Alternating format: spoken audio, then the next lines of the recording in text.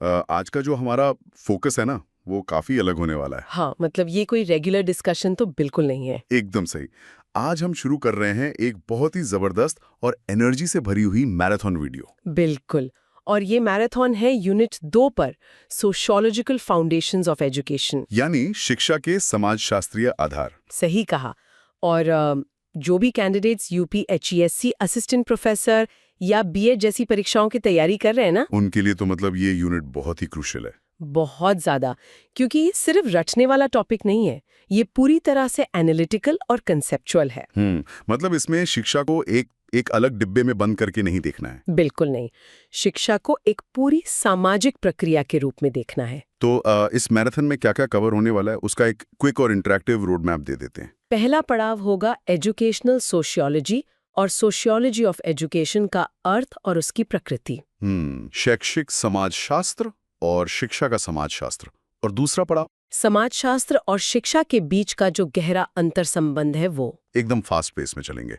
फिर आएगा हमारा तीसरा और शायद सबसे इम्पोर्टेंट पड़ाव, समाजीकरण के लिए शिक्षा यानी सोशलाइजेशन। इसमें एक इंसान को आकार देने में घर और स्कूल, और सिर्फ स्कूल ही नहीं, समुदाय, मीडिया, राज्य, हाँ, संस्कृति और धर्म की क्या भूमिका है, ये सब देखेंगे। फिर सीधे चलेंगे चौथे पड़ाव पर, जो है अंतर्राष्ट्रीय समझ और विश्व शांति के लिए शिक्षा। Global piece. फिर पांचवा पड़ाव होगा सामाजिक परिवर्तन यानी सोशल चेंज, उसका अर्थ और प्रकृति क्या है। और छठा पड़ाव काफी चैलेंजिंग है, भारत में सामाजिक परिवर्तन की राह में जो रुकावटें आती हैं। हाँ, जैसे कि जाति हो गई, जातीयता, एथनिसिटी जिसे कहते हैं, वर्ग, भाषा, धर्म और क्षेत्रवाद, ये सब डिस्कस होगा। और फिर हमारा अंतिम पड़ाव, जो सबसे ज्यादा जरूरी है, सामाजिक और आर्थिक रूप से वंचित वर्गों की शिक्षा। इसमें अनुसूचित जाति, अनुसूचित जनजाति और महिलाओं पर खास फोकस रहेगा। साथ ही हमारे दिव्यांग शिक्षार्थी और ग्रामीण आबादी पर भी। तो मतलब एजेंडा एकदम पैक्ड है। बिल्कुल। और इस मैराथन का अंतिम लक्ष्य यही है कि सबको एकदम क्लियर हो जाए कि शिक्षा किस तरह से समाजीकरण, सामाजिक परिवर्तन और सामाजिक न्याय का एक पावरफुल इंस्ट्रूमेंट है। तो सुनने वाले सभी लोग अपना पूरा फोकस बनाए रखें। एक समाजशास्त्री की तरह सोचना है। हाँ, और अपने नोट्स बिल्कुल तैयार रखें, क्योंकि सफर का पूरा नक्शा अब सामने है। तो बिना किसी देरी के अब सीधे विषय में गोता लगाने का समय आ गया है। तो चलो स्टार्ट करते हैं इस मैराथन वीडियो को। इस नई गहन चर्चा में सभी का बहुत बहुत स्वागत है। आज का जो हमारा विषय है वो कुछ ऐसा है जो हमारे समाज की बिल्कुल बुनियादी नींव से जुड़ा हुआ है। हम बात कर रहे हैं शिक्षा के समाजशास्त्रीय आधार की, यानी सोशियोलॉजिकल फाउंडेशंस ऑफ एजुकेशन के बारे में। हाँ, और ये टॉपिक जितना थ्योरेटिकल लगता है, रियल लाइफ में उतना ही प्रैक्टिकल है। बिल्कुल। और आज हमने जिन डिटेल्ड प्रेजेंटेशन स्लाइड्स और मटेरियल्स को अपना आधार बनाया है, वो मुख्य रूप से उच्च शिक्षा की जो परीक्षाएं होती हैं, जिसे हम हायर एजुकेशन एग्जाम्स कहते हैं। सही कहा, जैसे कि यूजीसी नेट का एजुकेशन पेपर हो गया, जेआरएफ हो गया, या यूपीएचईसी असिस्टेंट प्रोफेसर की जो कॉम्प्लेक्स परीक्षाएं होती हैं, उनके लिए इन स्लाइड्स को तैयार किया गया है। लेकिन देखिए, इस चर्चा का जो मकसद है ना, वो किसी सिलेबस को बैठकर रटना नहीं है। हाँ, रट्टा मारने से कुछ नहीं होगा यहाँ। एग्जैक्टली। हमारा मुख्य मिशन शिक्षा और समाज के बीच के उस जटिल, गहरे और अक्सर जो अदृश्य संबंध होता है, उसको डिकोड करना है। ये समझना है कि कैसे समाज ये तय करता है कि एक क्लासरूम में एक बेंच पर बैठकर क्या पढ़ाया जाएगा, और फिर कैसे वही शिक्षा पलटकर पूरे समाज की दिशा ही बदल कर रख देती है। तो चलिए इसको थोड़ा विस्तार से समझते हैं। देखिए, ये विषय सच में बहुत प्रासंगिक है। अक्सर जब शिक्षा का जिक्र होता है तो लोगों के दिमाग में क्या आता है? बस एक क्लासरूम, एक ब्लैक बोर्ड, कुछ किताबें और परीक्षाएं। हाँ, मतलब एक चार दीवारी के अंदर की दुनिया। वही तो। लोग ये भूल जाते हैं कि कोई भी क्लासरूम अपने आप में कोई अलग दुनिया नहीं है। वो दरअसल उसी समाज का एक बहुत छोटा सा हिस्सा है, एक माइक्रोकॉस्म है जिसके भीतर वो स्कूल मौजूद है। आज के जो हमारे स्रोत हैं, वो हमें इसी वास्तविकता की ओर ले जाते हैं। एकदम जमीनी हकीकत हो जाती है कि शिक्षा कभी भी समाज से कटकर या अलग थलग होकर काम कर ही नहीं सकती। ये पूरी तरह से समाज के ताने बाने, उसकी राजनीति और उसकी अर्थव्यवस्था के साथ गुंथी हुई है। लेकिन एक मिनट, अगर हम एकेडमिक दुनिया के नजरिए से देखें तो मुझे एक बात थोड़ी खटक रही है। अक्सर लोग शिक्षा के दार्शनिक आधार मेरा मतलब है फिलॉसफी, और समाजशास्त्रीय आधार यानी सोशियोलॉजी को एक ही चश्मे से देखने लगते हैं, तो क्या ये दोनों वाकई एक दूसरे से इतने अलग हैं? क्योंकि सुनने में तो दोनों ही शिक्षा को बेहतर बनाने की बात कर रहे हैं ना? ये एक बहुत ही वाजिब सवाल है और असल में यहाँ से एक बहुत बड़ा वैचारिक बदलाव या जिसे हम पैराडाइम शिफ्ट कहते हैं वो शुरू होता है। इन दोनों के बीच का अंतर समझना यूजीसी नेट एस्पिरेंट्स के लिए सबसे ज्यादा जरूरी है। देखिए, जब हम दार्शनिक आधार या फिलोसॉफिकल फाउंडेशन की बात करते हैं तो दर्शन शास्त्र हमेशा आदर्शों, मूल्यों और एक यूटोपिया पर टिका होता है। यूटोपिया मतलब एक परफेक्ट दुनिया की कल्पना। हाँ, ये एक बुनियादी सवाल पूछता है कि शिक्षा कैसी होनी चाहिए। यहाँ बात नैतिकता की होती है, आदर्शवाद की होती है और भविष्य के एक ऐसे समाज की कल्पना की होती है जो पूरी तरह से उत्तम हो। What ought to be, समझ रहे हैं? मतलब दर्शन शास्त्र एक सपने देखने वाले इंसान की तरह है जो एक आदर्श दुनिया की सिर्फ कल्पना कर रहा है। बिल्कुल सही पकड़ा। लेकिन दूसरी तरफ जब हम समाज शास्त्रीय आधार यानी सोशियोलॉजिकल फाउंडेशन पर आते हैं तो हम उस कल्पना के आसमान से उतरकर ठोस और कभी-कभी कड़वी जमीन पर आ जाते हैं। समाजशास्त्र इस बात की परवाह नहीं करता कि दुनिया कैसी होनी चाहिए। वो रियलिटी चेक देता है। हाँ, ये वास्तविकता पर टिका है। ये पूछता है कि शिक्षा वास्तव में कैसे काम कर रही है। ये देखता है कि समाज में जो असमानताएं हैं, जो आर्थिक स्थितियां हैं या जो राजनीतिक उथल-पुथल चल रही है, वो सब हमारी शिक्षा व्यवस्था को असल में कैसे प्रभावित कर रहा है। इसका फोकस व्हाट इज पर होता है। तो इस सब को सुनकर ऐसा लग रहा है कि हमारी आज की इस चर्चा की मुख्य अवधारणा यही है कि शिक्षा कभी भी एक शून्यता या वैक्यूम में काम नहीं करती। एकदम नहीं। कोई भी स्कूल समाज की सच्चाई से अलग किसी सुरक्षित बुलबुले के अंदर नहीं पनप सकता। समाज की जो भी सच्चाई है वो क्लासरूम के दरवाजे से अंदर आ ही जाती है। एकदम सही कहा। कोई भी स्कूल या विश्वविद्यालय उसी समाज की उपज होता है जहां वो स्थित है, और इसी जमीनी वास्तविकता को एकदम ठीक से समझने के लिए शिक्षाविदों ने इसके अध्ययन को अलग-अलग शाखाओं में बांटा है।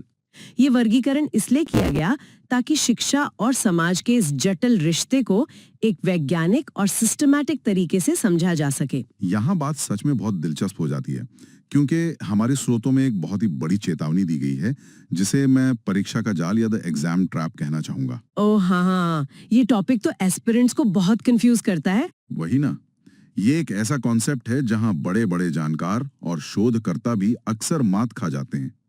स्रोत बताते हैं कि दो ऐसे शब्द हैं जो सुनने में बिल्कुल एक जैसे लगते हैं। पहला है शैक्षिक समाजशास्त्र, जिसे अंग्रेजी में एजुकेशनल सोशियोलॉजी कहते हैं, और दूसरा है शिक्षा का समाजशास्त्र, जिसे सोशियोलॉजी ऑफ एजुकेशन कहा जाता है। जी। ईमानदारी से कहूं तो पहली नजर में ये दोनों सिर्फ शब्दों की हेराफेरी लगते हैं। क्या इनमें सच में कोई जमीनी अंतर है या बस एकेडमिक भाषा का खेल है? नहीं नहीं, ये कोई साधारण शब्दों का खेल नहीं है। ये वो बिंदु है जहां एकेडमिक दुनिया में सबसे ज्यादा भ्रम पैदा होता है। और नेट के प्रीवियस ईयर क्वेश्चंस यानी PYQs उठाकर देख लीजिए, एग्जामिनर बार बार यहीं पर फंसाता है। अच्छा। हाँ, इन दोनों के बीच के अंतर को समझने के लिए हमें विशुद्ध विज्ञान यानी प्योर साइंस और व्यवहारिक विज्ञान यानी अप्लाइड साइंस के फर्क को पकड़ना होगा। अगर हम इसे बिल्कुल आसान भाषा में समझें तो इनमें से एक एनालिस्ट है और दूसरा सॉल्वर। एनालिस्ट और सॉल्वर, ये एनालॉजी काफी दिलचस्प लग रही है। इसे थोड़ा और खोलिए। देखिए, मान लीजिए कि क्रिकेट का एक मैच चल रहा है। जो शिक्षा का समाजशास्त्र है यानी सोशियोलॉजी ऑफ एजुकेशन, वो उस मैच के कमेंटेटर या एनालिस्ट की तरह है, जो दूर बैठकर सिर्फ देख रहा है। बिल्कुल। ये एक विशुद्ध विज्ञान है। इसके जनक फ्रांस के प्रसिद्ध समाजशास्त्री एमिल डर्कहाइम को माना जाता है। डर्कहाइम का एक बहुत ही प्रभावशाली विचार है कि शिक्षा एक सामाजिक वस्तु है। Education is a social thing. इस शाखा का काम समस्याओं को सुलझाना नहीं है। तो इसका काम क्या है? इसका काम सिर्फ दूर बैठकर एक वैज्ञानिक की तरह बिल्कुल ऑब्जेक्टिव होकर ये अध्ययन करना है कि समाज शिक्षा को कैसे प्रभावित कर रहा है। ये पूरी तरह से वस्तुनिष्ठ है। ये सिर्फ ये बताता है कि क्या है, यानी व्हाट इज। अच्छा, तो अगर एनालिस्ट सिर्फ ये बताता है कि समस्या क्या है, तो समस्या को सुलझाने का काम किसका है? क्या वही शैक्षिक समाजशास्त्र या जो आपने सॉल्वर कहा उसका काम है? एकदम ठीक। शैक्षिक समाजशास्त्र यानी एजुकेशनल सोशियोलॉजी उस कोच या सॉल्वर की तरह है जो मैदान में उतरकर रणनीति बदलता है। ये एक व्यवहारिक विज्ञान है, अप्लाइड साइंस। और यहाँ एक फैक्ट याद रखना जरूरी है, इसके जनक अमेरिका के जॉर्ज पेन हैं, जिनकी 1928 में आई किताब the principles of educational sociology बहुत प्रसिद्ध हुई थी। जॉर्ज पेन, ठीक है। इनका लक्ष्य व्यवहारिक समस्याओं को हल करना है। जैसे अगर स्कूलों में अनुशासन की कमी है या पाठ्यक्रम में कोई दिक्कत आ रही है, तो ये शाखा समाजशास्त्र के नियमों का इस्तेमाल करके उन समस्याओं को ठीक करती है। ये इस बात पर केंद्रित है कि क्या होना चाहिए, यानी व्हाट ऑट टू बी। ये नॉर्मेटिव इन नेचर है। इसे पूरी तरह से विजुलाइज करने के लिए हमारे मटेरियल्स में एक बहुत ही शानदार रियल वर्ल्ड उदाहरण दिया गया है, जिसे ड्रॉप आउट परिदृश्य कहा गया है। मुझे लगता है ये उदाहरण एकदम ठीक बैठता है। हाँ, वो गांव वाला एग्जाम्पल। हाँ, मान लीजिए एक ग्रामीण इलाका है जहां अचानक से बहुत सारे बच्चे स्कूल आना बंद कर देते हैं। ड्रॉप आउट रेट आसमान छूने लगता है। अब जो एनालिस्ट है यानी शिक्षा का समाजशास्त्र, वो क्या करेगा? वो गांव में जाएगा, डेटा इकट्ठा करेगा और एक रिपोर्ट बनाएगा कि ऐसा इसलिए हो रहा है क्योंकि फसल कटाई का मौसम आ गया है और बच्चे खेतों में काम करने जा रहे हैं। एनालिस्ट अपना काम करके चला जाएगा, उसने सिर्फ बता दिया कि ऐसा क्यों हो रहा है। सही पकड़ा। और वहीं पर सॉल्वर यानी शैक्षिक समाजशास्त्र की एंट्री होगी। सॉल्वर उस रिपोर्ट को पढ़ेगा और कहेगा कि ठीक है, अगर बच्चे सुबह खेतों में काम कर रहे हैं तो हम स्कूल का समय सुबह से हटाकर शाम को कर देते हैं। उसने सोशियोलॉजी की जानकारी का इस्तेमाल करके एक प्रैक्टिकल सॉल्यूशन निकाल लिया। ये हुई ना बात। यही कारण है कि ये फर्क समझना इतना जरूरी है।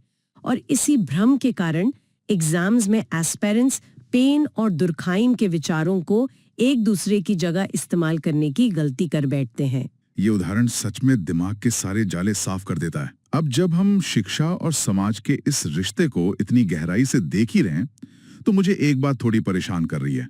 ये मुझे वो मुर्गी और अंडे वाले सवाल जैसा लग रहा है। वो कैसे? आखिर शुरुआत कहाँ से होती है? क्या एक समाज पहले से तय करता है कि उसकी शिक्षा व्यवस्था कैसी होगी, या फिर एक बेहतर शिक्षा व्यवस्था एक नए समाज का निर्माण करती है? ये समाजशास्त्र के सबसे क्लासिक सवालों में से एक है और हमारे स्रोत इसका बहुत ही स्पष्ट और तार्किक उत्तर देते हैं। इसका उत्तर ये है कि ये कोई एक तरफा रिश्ता नहीं है, ये एक चक्रीय संबंध है जिसे हम साइक्लिकल रिलेशनशिप कहते हैं। ये एक ऐसा पहिया है जो लगातार घूम रहा है। मतलब दोनों एक दूसरे को प्रभावित करते हैं। हाँ, शिक्षा समाज की उपज भी है और साथ ही साथ समाज की निर्माता भी है। मुझे इस चक्कर के पहले हिस्से पर थोड़ी शंका है।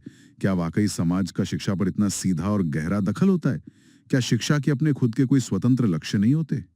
इसे समझने के लिए हमें शिक्षा के उद्देश्यों को देखना होगा। स्रोतों में एक बहुत ही गहरी पंक्ति लिखी है जिसे सभी को ध्यान से सुनना चाहिए। पंक्ति है, शैक्षिक उद्देश्य वास्तव में कक्षा में लागू किए गए सामाजिक लक्ष्य होते हैं। सामाजिक लक्ष्य क्लासरूम में लागू होते हैं। बिल्कुल। इसे ऐतिहासिक उदाहरणों से समझना सबसे आसान है।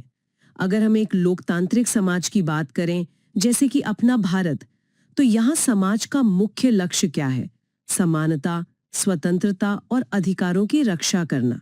इसलिए हमारी शिक्षा का उद्देश्य ऐसे नागरिक तैयार करना है जो सवाल पूछ सकें, बहस कर सकें और जो क्रिटिकल थिंकर्स हों। लेकिन अगर समाज का ढांचा ही बदल जाए, मान लीजिए कल को एक तानाशाही आ जाए, तो क्या क्लास का माहौल भी तुरंत बदल जाएगा?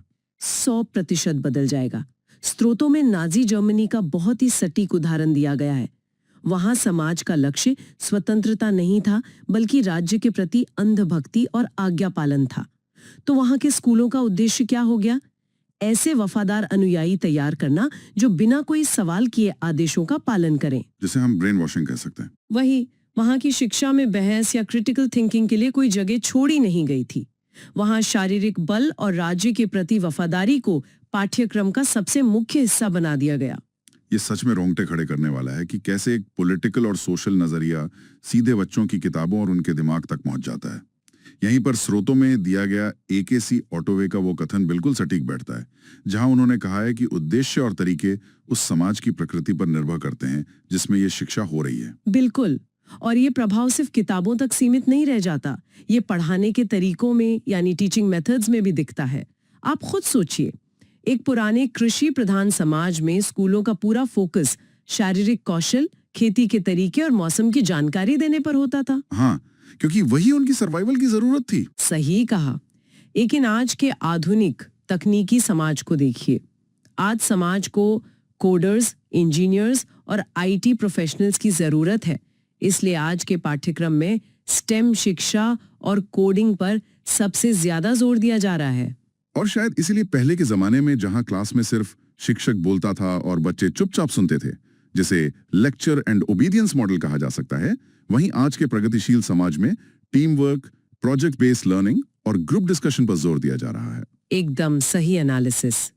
इसी चक्रीय संबंध को और गहराई से समझने के लिए हमारे स्रोतों में एक बहुत ही महत्वपूर्ण उदाहरण का जिक्र किया गया है। स्रोत कहते हैं, यदि समाज वास्तुकार है यानी आर्किटेक्ट, तो शिक्षा वो उपकरण है जिसका उपयोग निर्माण के लिए किया जाता है। टूल और आर्किटेक्ट का रिश्ता। हाँ, और इस निर्माण प्रक्रिया को ठीक से समझने के लिए समाजशास्त्रियों ने शिक्षा के 5 प्रमुख कार्यों को परिभाषित किया है। ये 5 कार्य वास्तव में इस पूरे चर्चा की रीढ़ हैं। चलिए इन्हें एक एक करके डिकोड करते हैं। पहला कार्य जो मटेरियल में बताया गया है वो है समाजीकरण यानी सोशलाइजेशन। समाजीकरण शायद शिक्षा का सबसे बुनियादी कार्य है। देखिए, जब कोई इंसान जन्म लेता है तो वो केवल एक बायोलॉजिकल एनिमल होता है, एक जैविक प्राणी।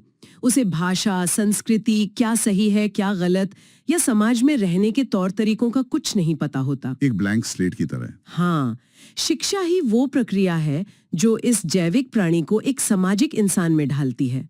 दुर्खाइम के शब्दों में कहें तो शिक्षा युवा पीढ़ी का पद्धतिगत समाजीकरण है, यानी मेथोडोलॉजिकल सोशलाइजेशन। मतलब ये एक ऐसी मशीन है जो कच्चे माल को समाज में फिट होने लायक एक समझदार प्रोडक्ट बना देती है। ठीक है, अब जो दूसरा कार्य स्रोतों में है वो है सामाजिक संरक्षण, जिसे सोशल कंजर्वेशन कहा गया है। इसे एक मेमोरी बैंक की तरह दर्शाया गया है। लेकिन मेरे मन में यहाँ एक सवाल आता है कि क्या शिक्षा का काम सिर्फ पुरानी बातों को रटना और सुरक्षित रखना ही है? आपका सवाल लाजिमी है। अगर हम सिर्फ पुरानी बातें बचाकर रखेंगे तो हम कभी आगे तो बढ़ ही नहीं पाएंगे। लेकिन देखिए, सामाजिक संरक्षण का मतलब सिर्फ रटना नहीं है। इसका असली मतलब है किसी समाज की पहचान को जिंदा रखना। हमारी संस्कृति, हमारा इतिहास, हमारे पूर्वजों का संघर्ष, ये सब वो विरासत है जो हमें एक समाज के रूप में जोड़ कर रखती है। एक शेयर्ड हिस्ट्री। बिल्कुल। शिक्षा वो तिजोरी है जो इस विरासत को सुरक्षित रखकर अगली पीढ़ी को सौंपती है। इसके बिना कोई भी समाज अपनी जड़ें ही खो देगा। समझ गया। लेकिन जो तीसरा कार्य है वो मुझे थोड़ा डराने वाला लगता है। स्रोतों ने इसे सामाजिक नियंत्रण यानी सोशल कंट्रोल कहा है। जब हम नियंत्रण शब्द सुनते हैं तो दिमाग में सीधा पुलिस, अदालतें और कड़े कानून आते हैं। शिक्षा कैसे लोगों को नियंत्रित करती है? क्या ये एक तरह का ब्रेन वॉशिंग नहीं है? ये एक बहुत ही बारीक लाइन है जिसे समझना जरूरी है। समाजशास्त्र के नजरिए से देखें तो पुलिस या अदालतें औपचारिक यानी फॉर्मल कंट्रोल होती हैं, लेकिन शिक्षा एक अनौपचारिक नियंत्रण तंत्र है, इनफॉर्मल कंट्रोल मैकेनिज्म। वो कैसे काम करता है? आप खुद सोचिए, जब आप स्कूल में थे और कोई शिक्षक या प्रिंसिपल क्लास में आता था तो आप अपने आप अपनी जगह पर खड़े क्यों हो जाते थे? किसी ने आप पर बंदूक तो नहीं तानी थी ना? हाँ, वो तो बस एक आदत बन गई थी। एक तरह का आदर था जो अंदर से आता था बिना सोचे। से ही हमारे अंदर ऐसे नैतिक मूल्य, अनुशासन और नागरिक कर्तव्य डाल देती है कि हम खुद ब खुद सही आचरण करने लगते हैं। जब समाज के ज्यादा से ज्यादा लोग शिक्षा के जरिए सही और गलत का फर्क समझ जाते हैं तो समाज में डंडे के जोर की या कड़े कानूनों की जरूरत अपने आप कम हो जाती है। ये कोई ब्रेन वॉशिंग नहीं, बल्कि एक सभ्य समाज का निर्माण है। यह दृष्टिकोण बहुत ही स्पष्ट है, लेकिन यहाँ एक कॉन्ट्रडिक्शन लग रहा है। अगर शिक्षा सिर्फ समाज को नियंत्रित करेगी और पुरानी परंपराओं को ही बचाकर रखेगी तो हम तो रूढ़िवादी बनकर रह जाएंगे।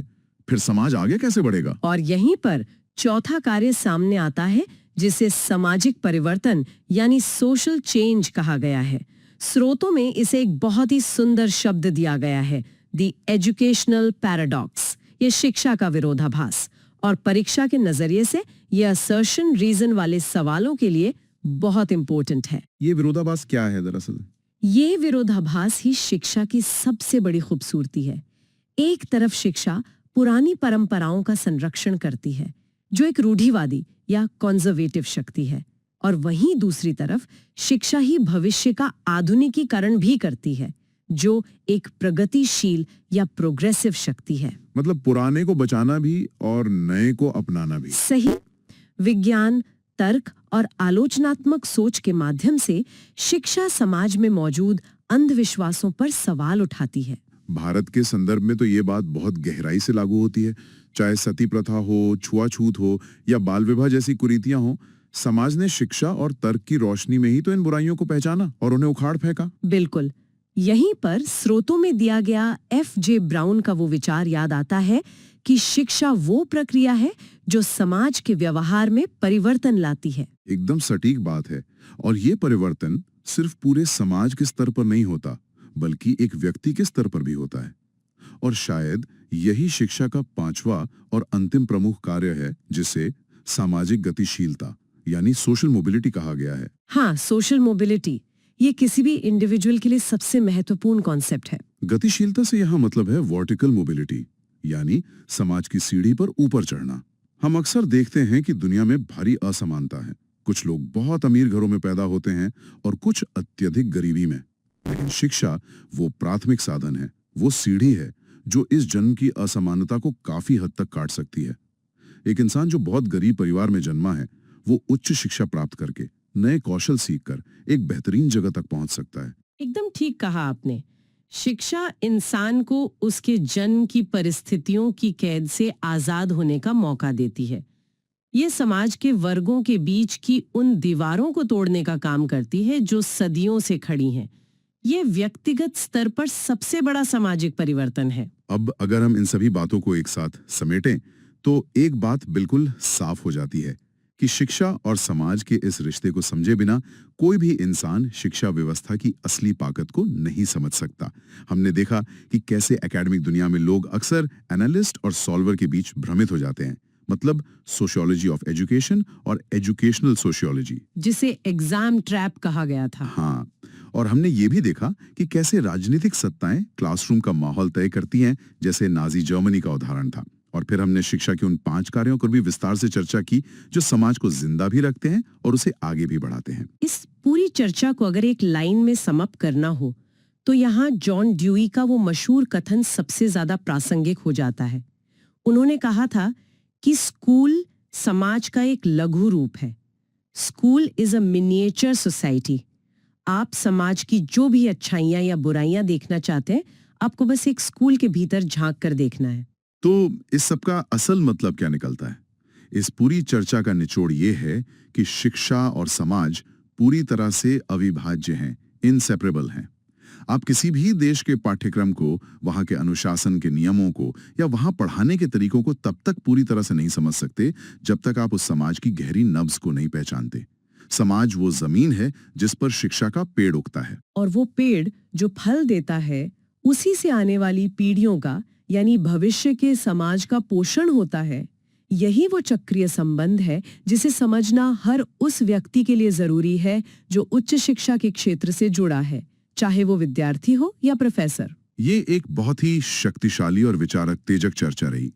लेकिन इस चर्चा को समाप्त करते हुए मैं एक नया और थोड़ा चुभने वाला विचार सामने रखना चाहता हूँ। बोलिए। अभी हमने बात की कि शिक्षा सामाजिक गतिशीलता की एक सीढ़ी है जो किसी को भी गरीबी से निकालकर ऊंचाइयों तक ले जा सकती है। लेकिन साथ ही हमने ये भी देखा कि समाज ही ये तय करता है कि उस सीढ़ी का पाठ्यक्रम क्या होगा, यानी वो सीढ़ी कैसे बनेगी। हाँ, आर्किटेक्ट वही है। तो जरा सोचिए, क्या होता है जब कोई समाज जानबूझकर अपनी शिक्षा प्रणाली और पाठ्यक्रम को इस तरह से डिजाइन करता है कि वो कुछ खास वर्गों, समुदायों या गरीब लोगों को उस सीढ़ी पर चढ़ने से ही रोक दे। ये एक बहुत ही गहरा और खतरनाक परिदृश्य है। जब समाज रूपी वास्तुकार खुद ही पक्षपाती हो जाए और जानबूझकर कमजोर सीढ़ियां बनाए, तो क्या एक उपतंत्र यानी सब सिस्टम के रूप में शिक्षा में इतनी ताकत है कि वो अपने ही वास्तुकार की बनाई इन अदृश्य दीवारों को तोड़ सके? हम इसी वैचारिक और गहरे प्रश्न के साथ आज की बात यहीं रोक रहे हैं। इन सवालों पर खुद विचार करें। अपने आसपास की शिक्षा व्यवस्था को इस नए नजरिए से परखें और अपनी सीखने की इस यात्रा को इसी तरह आगे बढ़ाते रहें। इस गहन चर्चा में शामिल होने के लिए बहुत बहुत धन्यवाद। हाँ, चलिए आज इस विषय की परतें खोलते हैं। कल्पना कीजिए कि एक नवजात शिशु बिल्कुल एक कोरी स्लेट है, या किसी ऐसे नए कंप्यूटर की तरह है जिसे अभी अभी डब्बे से निकाला गया हो। बिल्कुल, उस हार्डवेयर में कोई डेटा नहीं होता। हाँ, कोई प्रोग्रामिंग नहीं है। ऐसे में वो पूरी प्रक्रिया जो इस खाली कंप्यूटर में समाज का ऑपरेटिंग सिस्टम इंस्टॉल करती है, उसे ही हम समाजीकरण या सोशलाइजेशन कहते हैं। आज के इस विस्तृत विश्लेषण का केंद्र यही है, शिक्षा और समाजीकरण। और ये विषय विशेष रूप से उन सभी के लिए बहुत महत्वपूर्ण है जो उच्च शिक्षा की परीक्षाओं जैसे यूजीसी नेट, जेआरएफ या यूपीएचईएससी असिस्टेंट प्रोफेसर की तैयारी में लगे हैं। एकदम सही। लेकिन अकादमिक दुनिया से परे भी ये समझना अपने आप में एक रोमांचक यात्रा है कि कैसे एक जैविक शिशु जो केवल रोना और सोना जानता है, जीवन भर चलने वाले एक जटिल प्रक्रिया के माध्यम से एक सामाजिक मनुष्य में बदल जाता है। इस पूरी यात्रा में घर, स्कूल और मीडिया जैसी ताकतों का क्या रोल होता है, आज हम इसी गुत्थी को सुलझाएंगे। देखिए, यहाँ सबसे दिलचस्प बात यह है कि आम बोलचाल में समाजीकरण को अक्सर सिर्फ शिष्टाचार या गुड मैनर्स तक सीमित कर दिया जाता है। मतलब अगर बच्चे ने बड़ों को नमस्ते करना सीख लिया तो लोग सोचते हैं कि समाजीकरण हो गया। हाँ, बिल्कुल ऐसा ही माना जाता है। लेकिन समाजशास्त्र की गहराई में उतरें तो यह प्रक्रिया इससे कहीं अधिक विशाल है। यह केवल शिष्टाचार का आवरण नहीं है। यह मुख्य रूप से यह तय करता है कि कोई व्यक्ति विभिन्न परिस्थितियों में व्यवहार कैसे करेगा, किन जीवन मूल्यों पर गहराई से विश्वास करेगा और दुनिया के साथ संवाद कैसे स्थापित करेगा। जन्म के समय एक इंसान केवल एक जैविक इकाई होता है। सही कहा। फिर धीरे धीरे समाज के नियम, मान्यताएं और मूल्य उसके अवचेतन मन में इतनी गहराई से बिठाए जाते हैं कि उसे लगता है जैसे ये विचार उसके अपने हैं। और यह कोई एक दिन या एक साल का काम नहीं है। यह जन्म से लेकर मृत्यु तक चलने वाली एक निरंतर प्रक्रिया है। ये सोचना ही कितना अद्भुत है कि हमारे ज्यादातर विचार शायद हमारे अपने हैं ही नहीं, बल्कि वे इसी सॉफ्टवेयर अपडेट का हिस्सा है। और इस सॉफ्टवेयर को इंस्टॉल करने के लिए समाज ने अलग अलग एजेंसियां बना रखी हैं। अगर हम इन एजेंसियों के वर्गीकरण को देखें तो जो अध्ययन सामग्री हमारे पास है वो इन्हें दो बहुत ही स्पष्ट पैमानों पर मापती है। पहला पैमाना है औपचारिक बनाम अनौपचारिक, यानी फॉर्मल और इनफॉर्मल एजेंसियां। तो ये विभाजन बताता है कि इंसान के सीखने के माहौल कितने अलग हो सकते हैं। हाँ, ये अंतर समझना बहुत बुनियादी है। जब हम औपचारिक एजेंसियों की बात करते हैं, जैसे कि स्कूल, कॉलेज या विश्वविद्यालय, तो ये संस्थाएं विशुद्ध रूप से शिक्षा और समाजीकरण के लिए ही डिजाइन की गई हैं। इनका एक बहुत ही स्पष्ट और घोषित उद्देश्य होता है। एकदम, यहाँ कुछ भी संयोग से नहीं होता। सीखने की प्रक्रिया पूरी तरह से संरचित होती है। सख्त नियम होते हैं, एक तय समय सारणी होती है और सबसे बड़ी बात, एक स्पष्ट पदानुक्रम या हायरार्की होती है। एक प्रिंसिपल होगा, फिर शिक्षक होंगे और फिर छात्र। और इसके ठीक विपरीत जो अनौपचारिक एजेंसियां हैं, जैसे कि परिवार, आस पड़ोस या बच्चों के खेलने का मैदान, वे शिक्षा देने के इरादे से नहीं बनाए गए हैं। बिल्कुल, वहाँ कोई सिलेबस या घंटी नहीं होती। लेकिन मजे की बात यह है कि इंसान जीवन के सबसे गहरे सबक इन्हीं जगहों पर सीखता है। यहाँ सीखना बहुत ही स्वाभाविक, सहज और आकस्मिक तरीके से होता है। ये एक बहुत ही विचारणीय बिंदु है। कई बार वो ज्ञान जो बिना किसी सिलेबस के खेल के मैदान में मिलता है, वो कक्षा की पढ़ाई से ज्यादा टिकाऊ होता है। वर्गीकरण का जो दूसरा पैमाना है वो परीक्षाओं के दृष्टिकोण से और भी प्रासंगिक है। सक्रिय बनाम निष्क्रिय एजेंसियां, यानी एक्टिव और पैसिव। अगर इसे डिकोड किया जाए तो ये पूरा मामला इस बात पर टिका है कि सीखने वाले और सिखाने वाली एजेंसी के बीच संवाद का तरीका क्या है। सक्रिय या एक्टिव एजेंसी का सीधा सा अर्थ है द्विपक्षीय अंतःक्रिया या टू वे इंटरैक्शन। परिवार और स्कूल इसके सबसे बेहतरीन उदाहरण हैं। जहां एक बच्चा केवल मूक दर्शक बनकर जानकारी ग्रहण नहीं कर रहा है, वो सवाल पूछ सकता है, किसी नियम पर बहस कर सकता है, हाँ, और अपनी प्रतिक्रिया दे सकता है। परिवार अगर बच्चे की आदतें गढ़ता है तो बच्चा भी अपनी जिद या अपने स्वभाव से परिवार के माहौल को बदल देता है। ये एक लेन देन है। वहीं दूसरी ओर निष्क्रिय या पैसिव एजेंसी में संवाद केवल एक तरफा होता है, यानी वन वे इंटरैक्शन। टेलीविजन, फिल्में या आज का सोशल मीडिया इसके सशक्त उदाहरण हैं। मतलब कोई व्यक्ति स्क्रीन से अनगिनत विचार, व्यवहार के तरीके और फैशन तो ग्रहण कर रहा है, लेकिन वो स्क्रीन के पार बैठे लोगों को तुरंत कोई प्रतिक्रिया नहीं दे सकता। जो उम्मीदवार परीक्षाओं की तैयारी में जुटे हैं, उन्हें इस अंतर को बहुत बारीकी से पकड़ना चाहिए, क्योंकि मिलान वाले प्रश्नों में अक्सर इसी बिंदु पर उलझाया जाता है। ये एक बहुत ही व्यावहारिक सलाह है। परीक्षाओं में अक्सर ये जांचा जाता है कि अवधारणाओं की स्पष्टता कितनी गहरी है। तो चलिए अब इन एजेंसियों के प्रकारों को समझने के बाद उस जगह चलते हैं जहां से इस पूरी कहानी की शुरुआत होती है। समाजीकरण की सबसे प्राथमिक नींव परिवार और उसके बाद स्कूल। जी, साहित्य में परिवार को बच्चे का प्रथम स्कूल और माँ को प्रथम शिक्षिका का दर्जा दिया गया है। ये सिर्फ एक भावनात्मक बात नहीं है, बल्कि इसके पीछे गहरा वैज्ञानिक और सामाजिक आधार है। समाजशास्त्र की तकनीकी भाषा में इसी चरण को प्राथमिक समाजीकरण या प्राइमरी सोशलाइजेशन कहा जाता है। परिवार एक सक्रिय और अनौपचारिक एजेंसी है। इंसान के जीवन की सबसे मजबूत और सबसे अहम नींव यहीं रखी जाती है। उदाहरण के लिए मातृभाषा को ही ले लीजिए। भाषा के बिना समाज की कल्पना असंभव है, और ये भाषा परिवार से ही आती है। बिल्कुल। इसके अलावा एक इंसान का बुनियादी व्यक्तित्व और उसकी भावनात्मक सुरक्षा की पूरी इमारत इसी नींव पर टिकती है।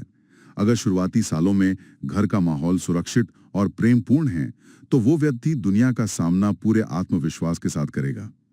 ईमानदारी, सम्मान, साफ सफाई की आदतें, ये बुनियादी मूल्य किसी किताब को पढ़कर नहीं आते। ये माता-पिता और परिवार के अन्य सदस्यों के व्यवहार को देखकर अवशोषित किए जाते हैं। और फिर एक दिन आता है जब ये बच्चा अपने घर के सुरक्षित बुलबुले से बाहर निकलता है और स्कूल नाम की एक नई दुनिया में कदम रखता है। यहाँ ये विचार बहुत आकर्षक लगता है कि स्कूल वास्तव में परिवार और उस विशाल बाहरी समाज के बीच एक सेतु या ब्रिज का काम करता है। घर के नियम दुनिया पर लागू नहीं होते, इसलिए स्कूल उस बदलाव की तैयारी करवाता है। यही कारण है कि स्कूल को द्वितीयक समाजीकरण या सेकेंडरी सोशलाइजेशन का केंद्र माना जाता है। यह एक औपचारिक और सक्रिय एजेंसी है। घर में एक बच्चे को उसकी अनोखी पहचान के लिए सराहा जाता है, लेकिन स्कूल में प्रवेश करते ही वो कई छात्रों में से एक बन जाता है। उसे समानता के नियम सीखने पड़ते हैं। यहाँ केवल साक्षरता या गणित का ज्ञान नहीं दिया जा रहा है, यहाँ समाज के उन व्यापक नियमों का परिचय कराया जा रहा है जो आगे चलकर नागरिक जीवन में काम आएंगे। यहीं पर एक बहुत ही दिलचस्प अवधारणा सामने आती है, प्रच्छन्न पाठ्यक्रम या हिडन करिकुलम। अरे हाँ, ये विचार मुझे व्यक्तिगत रूप से बहुत सोचने पर मजबूर करता है। आमतौर पर हम सोचते हैं कि स्कूल में वही सीखा जाता है जो किताबों में छपा है या जो ब्लैक बोर्ड पर लिखा जाता है, लेकिन ये हिडन करिकुलम एक बिल्कुल अलग ही समानांतर दुनिया है। अगर उच्च शिक्षा की परीक्षाओं के पुराने प्रश्न पत्रों को देखा जाए तो प्रच्छन्न पाठ्यक्रम एक बहुत ही लोकप्रिय कीवर्ड है। हिडन करिकुलम उन नियमों, मूल्यों और व्यवहारों का समूह है जो किसी भी स्कूल के आधिकारिक सिलेबस में कहीं दर्ज नहीं होते, लेकिन छात्र उन्हें स्कूल के पूरे इकोसिस्टम से स्वाभाविक रूप से सीख लेते हैं। कोई भी स्कूल ये नहीं पढ़ाता कि कतार में कैसे खड़े हों। बिल्कुल नहीं पढ़ाता, लेकिन एक छात्र रोज प्रार्थना सभा में, कैंटीन में या बस में चढ़ते समय यह सीख जाता है कि अपनी बारी का इंतजार करना और व्यवस्था बनाए रखना सामाजिक जीवन के लिए कितना जरूरी है। समय की पाबंदी या पंक्चुअलिटी इसका एक और बड़ा उदाहरण है। घंटी बजते ही कक्षा में पहुंचना ये सिखाता है कि भविष्य में किसी ऑफिस या फैक्ट्री में समय सीमा का पालन कैसे करना है। सही कहा, ये बिना बोले सिखाए जाने वाले वो नियम हैं जो छात्रों को भविष्य के कॉर्पोरेट या सामाजिक जीवन के लिए तैयार करते हैं। ये एक बहुत ही गहरी बात है, यानी स्कूल जाने अनजाने में समाज की व्यवस्था को बनाए रखने वाले पुर्जे तैयार कर रहा है। स्कूल रूपी इस सेतु को पार करने के बाद इंसान समाज के एक बहुत बड़े और जटिल दायरे में प्रवेश करता है। इस दायरे में समुदाय, राज्य और मीडिया जैसी ताकतें काम करती हैं। अगर समुदाय की बात करें तो घर और स्कूल के बाद ये असली दुनिया का पहला स्वाद होता है। समुदाय को हम एक द्वितीयक, अनौपचारिक और सक्रिय एजेंसी कह सकते हैं। परिवार ने नींव रखी, स्कूल ने सेतु बनाया, लेकिन समुदाय वो विशाल मैदान है जहां इंसान को अपनी बाकी की जिंदगी का खेल खेलना है। यहीं से नागरिक बोध या सिविक सेंस का असली विकास होता है। एक व्यक्ति को अपनी सामाजिक जिम्मेदारियों और स्थानीय परंपराओं का एहसास समुदाय में रहकर ही होता है। समुदाय के काम करने का तरीका भी बहुत दिलचस्प है। ये पुरस्कार और दंड की प्रणाली या रिवॉर्ड एंड पनिशमेंट के सिद्धांत पर चलता है। अगर कोई सार्वजनिक स्थानों पर उचित व्यवहार करता है, समाज की भलाई के लिए काम करता है, तो समुदाय उसकी प्रशंसा करता है, सम्मान देता है। ये पुरस्कार है। लेकिन अगर कोई सामाजिक नियमों को तोड़ता है तो वही समुदाय उसे अलग थलग कर सकता है, उसका बहिष्कार कर सकता है। ये दंड है।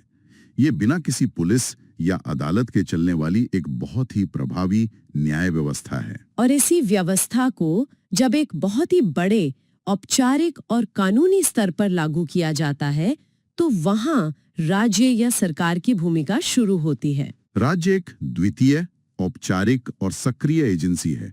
समुदाय के नियम और लिखित और स्थानीय होते हैं, लेकिन राज्य पूरे देश के लिए कानूनों, संविधान और राष्ट्रीय नीतियों के माध्यम से समाजीकरण करता है। राज्य का मुख्य लक्ष्य होता है एक जिम्मेदार, उत्पादक और कानून का पालन करने वाला नागरिक तैयार करना। ये देखना बहुत रोचक है कि राज्य केवल नियम ही नहीं बनाता, बल्कि वो हमारी सोच को आकार देने के लिए शिक्षा का बहुत ही योजनाबद्ध तरीके से उपयोग करता है। बिल्कुल, राज्य अपने नियंत्रण वाले शैक्षिक संस्थानों के माध्यम से कुछ विशेष मूल्यों का संचार करता है, जैसे देशभक्ति, लोकतंत्र में आस्था और मौलिक कर्तव्यों का ज्ञान। एनसीएफ यानी नेशनल करिकुलम फ्रेमवर्क जैसी नीतियों को इसी नजरिए से देखा जाना चाहिए। राज्य ये तय करता है कि आने वाली पीढ़ी इतिहास को किस नजरिए से पढ़ेगी, किन राष्ट्रीय नायकों का सम्मान करेगी और भविष्य के प्रति क्या दृष्टिकोण रखेगी। ये समाजीकरण का एक बेहद संस्थागत और शक्तिशाली रूप है, जो पूरे राष्ट्र को एक सूत्र में पिरोने का प्रयास करता है। राज्य अपनी जगह बहुत शक्तिशाली है, लेकिन 21वीं सदी में एक और ताकत है जो शायद राष्ट्रीय सीमाओं को तोड़कर सबसे तेजी से हमारे दिमाग में अपनी जगह बना रही है, और वो है मीडिया। इसे वैश्विक समाजीकरण या ग्लोबल सोशलाइजेशन का सबसे बड़ा साधन माना जा सकता है। हम दुनिया के किसी भी कोने में बैठे हो, हमारी आदतें अब एक जैसी होती जा रही हैं। मीडिया की ताकत को समझना आज के समय की सबसे बड़ी आवश्यकता है। ये एक द्वितीयक, अनौपचारिक और निष्क्रिय एजेंसी है। निष्क्रिय होने के बावजूद इसका प्रभाव सबसे अधिक आक्रामक है। ये हमारे राजनीतिक विचार करता है, हमारे फैशन के रुझान तय करता है और सबसे बढ़कर हमारी उपभोक्ता आदतों का निर्माण करता है। हम क्या खरीदेंगे, क्या खाएंगे और यहाँ तक कि हम सफलता को किस रूप में देखेंगे, ये सब आज मीडिया द्वारा नियंत्रित किया जा रहा है। मीडिया के इस प्रभाव को समझने के लिए साहित्य में कुछ बहुत ही महत्वपूर्ण सिद्धांतों का जिक्र है। ऐसे में एल्बर्ट बंडूरा का नाम सबसे ऊपर आता है, जिनके सामाजिक अधिगम सिद्धांत या सोशल लर्निंग थियोरी ने इस क्षेत्र में क्रांति ला दी थी। जो लोग परीक्षाओं की गहरी समझ विकसित करना चाहते हैं, उनके लिए बंडूरा का सिद्धांत एक मील का पत्थर है। बंडूरा ने यह साबित किया कि इंसान केवल सुनकर या पढ़कर नहीं सीखता, वो नकल या इमिटेशन करके सीखता है। उन्होंने एक बहुत ही प्रसिद्ध प्रयोग किया था, जिसे बोबो डॉल एक्सपेरिमेंट कहा जाता है। उन्होंने कुछ बच्चों को एक फिल्म दिखाई जिसमें कुछ वयस्क एक हवा भरी हुई गुड़िया, जिसे बोबो डॉल कहते हैं, उसके साथ आक्रामक व्यवहार कर रहे थे, उसे पीट रहे थे। और बाद में जब उन बच्चों को उस गुड़िया के साथ कमरे में छोड़ा गया, तो उन्होंने भी बिल्कुल वैसी ही आक्रामकता दिखाई। ये प्रयोग वास्तव में आंखें खोलने वाला है। ये सीधे तौर पर बताता है कि अगर मीडिया या फिल्मों में हिंसा और आक्रामकता को महिमा मंडित किया जाएगा, तो समाज, विशेषकर बच्चे, उसे सामान्य व्यवहार मानकर अपना लेंगे। यही नहीं, बंडूरा का सिद्धांत ये भी समझाता है कि समाज में जेंडर रोल्स और रूढ़ियां या स्टीरियोटाइप्स कैसे जड़ें जमाते हैं। बिल्कुल सही बात है। अगर मीडिया लगातार महिलाओं को केवल घर के काम करते हुए और पुरुषों को केवल बाहर के साहसिक काम करते हुए दिखाता है, तो बच्चे इसी विभाजन को अंतिम सत्य मानकर उसकी नकल करने लगते हैं। इसलिए मीडिया केवल मनोरंजन नहीं है, वो समाजीकरण का एक ऐसा टूल है जो लगातार समाज का निर्माण या विनाश कर सकता है।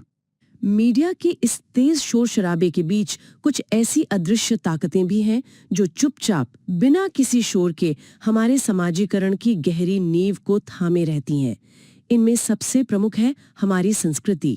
संस्कृति को अक्सर समाज का खाका या ब्लूप्रिंट ऑफ सोसाइटी कहा जाता है। ये एक ऐसा अदृश्य वातावरण है जिसमें हम पैदा होते हैं, सांस लेते हैं, लेकिन अक्सर इसके अस्तित्व पर तब तक ध्यान नहीं देते जब तक हम किसी दूसरी संस्कृति से नहीं टकराते। संस्कृति जीवन जीने का संपूर्ण तरीका है। ये तय करती है कि हमारा भोजन क्या होगा, हमारे कपड़े कैसे होंगे, हमारे लोकगीत, हमारी लोक रीतियां और हमारी नैतिकता के मापदंड क्या होंगे। इस संदर्भ में एक बहुत ही प्रसिद्ध समाजशास्त्री विलियम ऑकबर्न का उल्लेख करना बेहद जरूरी है। उन्होंने सांस्कृतिक विलंबना या कल्चरल लैग का एक बहुत ही शानदार सिद्धांत प्रस्तुत किया था, जो परीक्षाओं के लिए भी एक हॉट टॉपिक है। सांस्कृतिक विलंबना, ये शब्द अपने आप में एक पूरी कहानी कहता है, जैसे कुछ है जो पीछे छूट गया है। ऑकबर्न ने संस्कृति को दो स्पष्ट हिस्सों में बांटा था। पहला भौतिक संस्कृति या मटेरियल कल्चर, जिसमें वे सभी चीजें आती हैं जिन्हें हम छू सकते हैं, जैसे मशीनें, गैजेट्स, वाहन और तकनीक।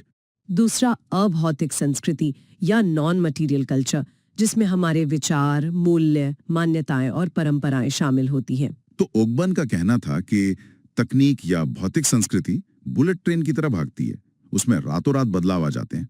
लेकिन जो अभौतिक संस्कृति है, यानी लोगों के सोचने का तरीका और उनके मूल्य, वो बैलगाड़ी की गति से चलती है और बहुत पीछे छूट जाती है।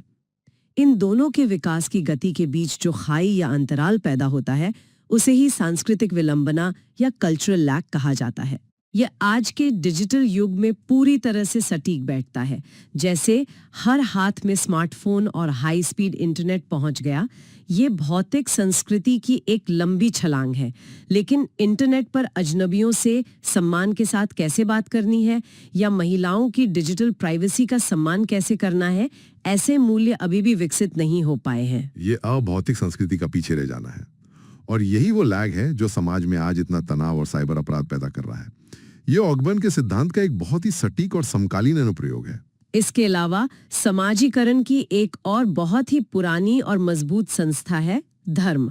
समाजशास्त्र के नजरिए से धर्म एक द्वितीयक और अनौपचारिक एजेंसी है। इसका सबसे बड़ा काम है समाज में नैतिकता और आचार का संचार करना। सही और गलत, पाप और पुण्य के बीच का जो अंतिम मापदंड है, वो ज्यादातर समाजों में धर्म ही तय करता है। धर्म केवल व्यक्तिगत नैतिकता तक सीमित नहीं है, ये एक बहुत बड़ा सामाजिक गोंद है। ये सामुदायिक सामंजस्य या कम्युनिटी कोहेशन को बढ़ावा देता है।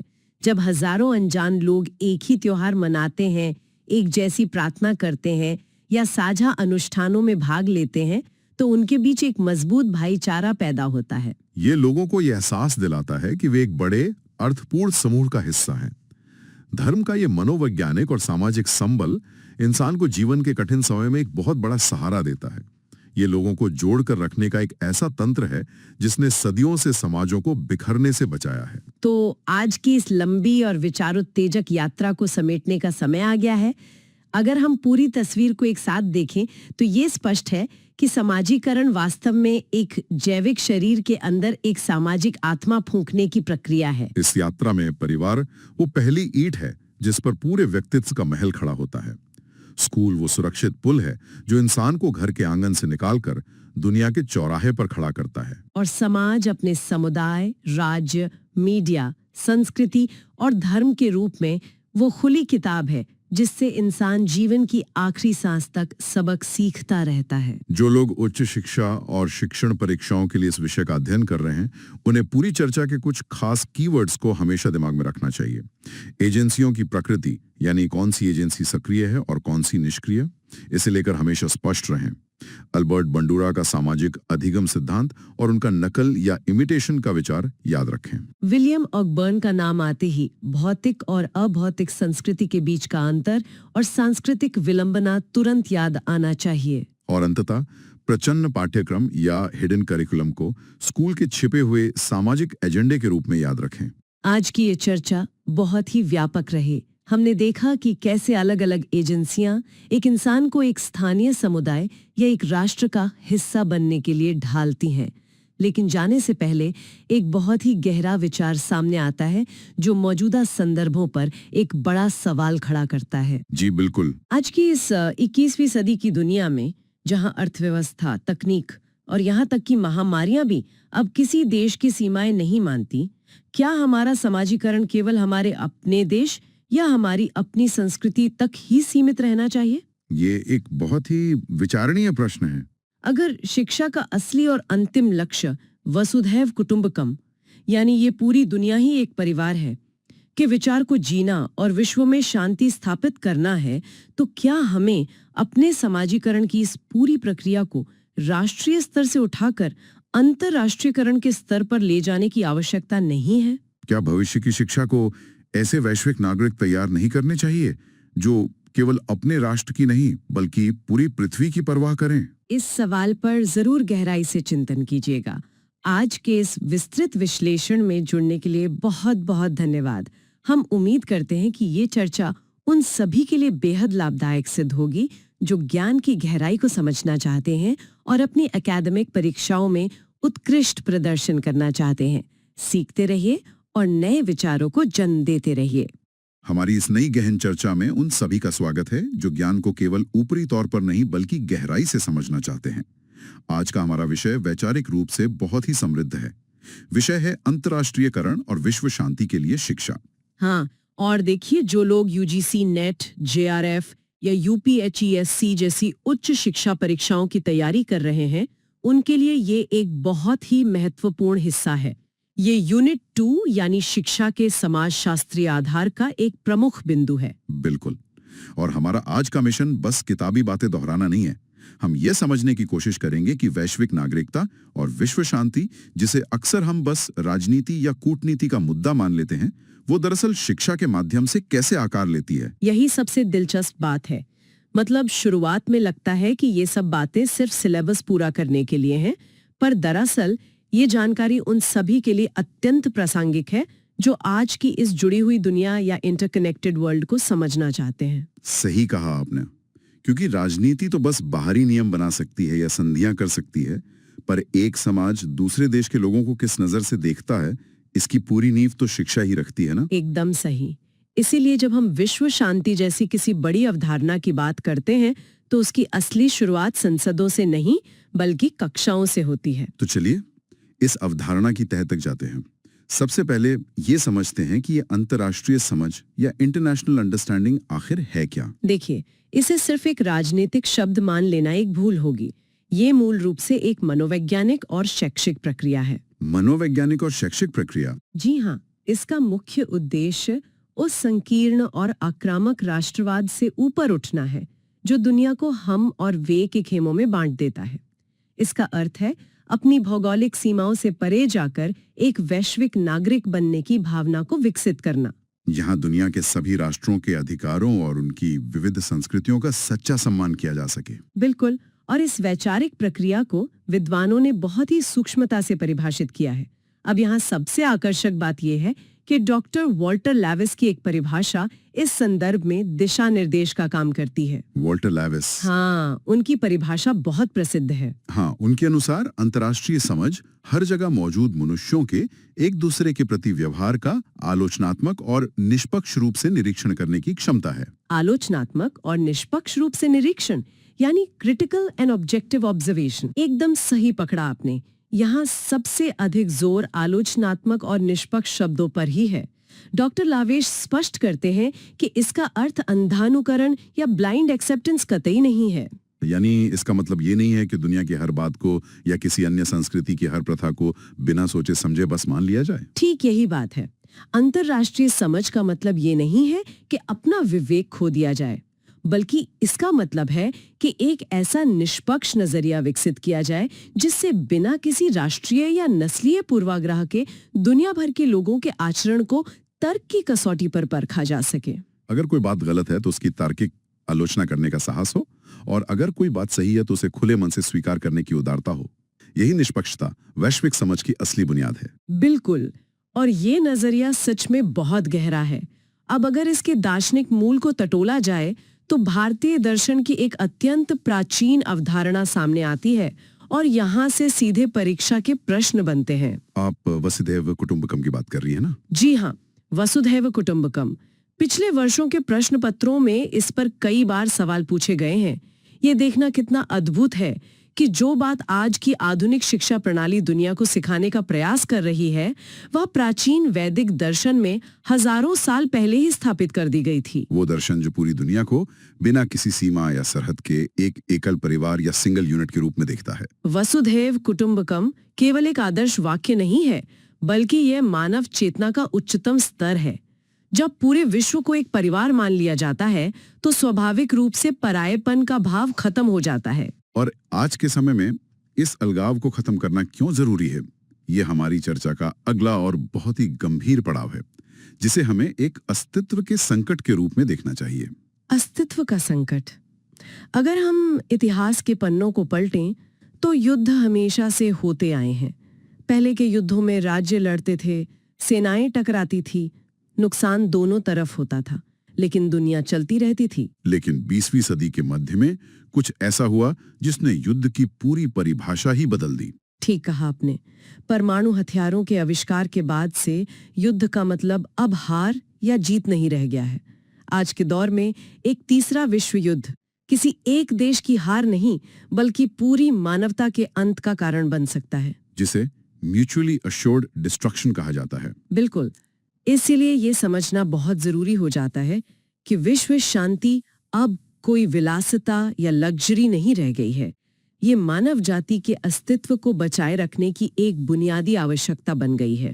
और इसी संदर्भ में उग्र राष्ट्रवाद के खतरों को भी बहुत स्पष्टता से समझा जा सकता है। उग्र राष्ट्रवाद एक ऐसा मनोविज्ञान है जो अंततः घृणा और नस्लवाद को जन्म देता है। यहाँ एक बहुत ही महत्वपूर्ण सबक निकल कर आता है, और वो सबक ये है कि अपने देश से प्यार करने का अर्थ ये बिल्कुल नहीं है कि दूसरों से नफरत की जाए। सच्ची देशभक्ति और उग्र राष्ट्रवाद के बीच एक बहुत ही महीन रेखा होती है। एक सच्चा देशभक्त अपने देश की तरक्की चाहता है, लेकिन वह दुनिया के अन्य देशों के स्वतंत्र अस्तित्व का भी सम्मान करता है। इस बात को थोड़ा और विस्तार देते हैं। आज के दुनिया में अलग थलग रहना असंभव है।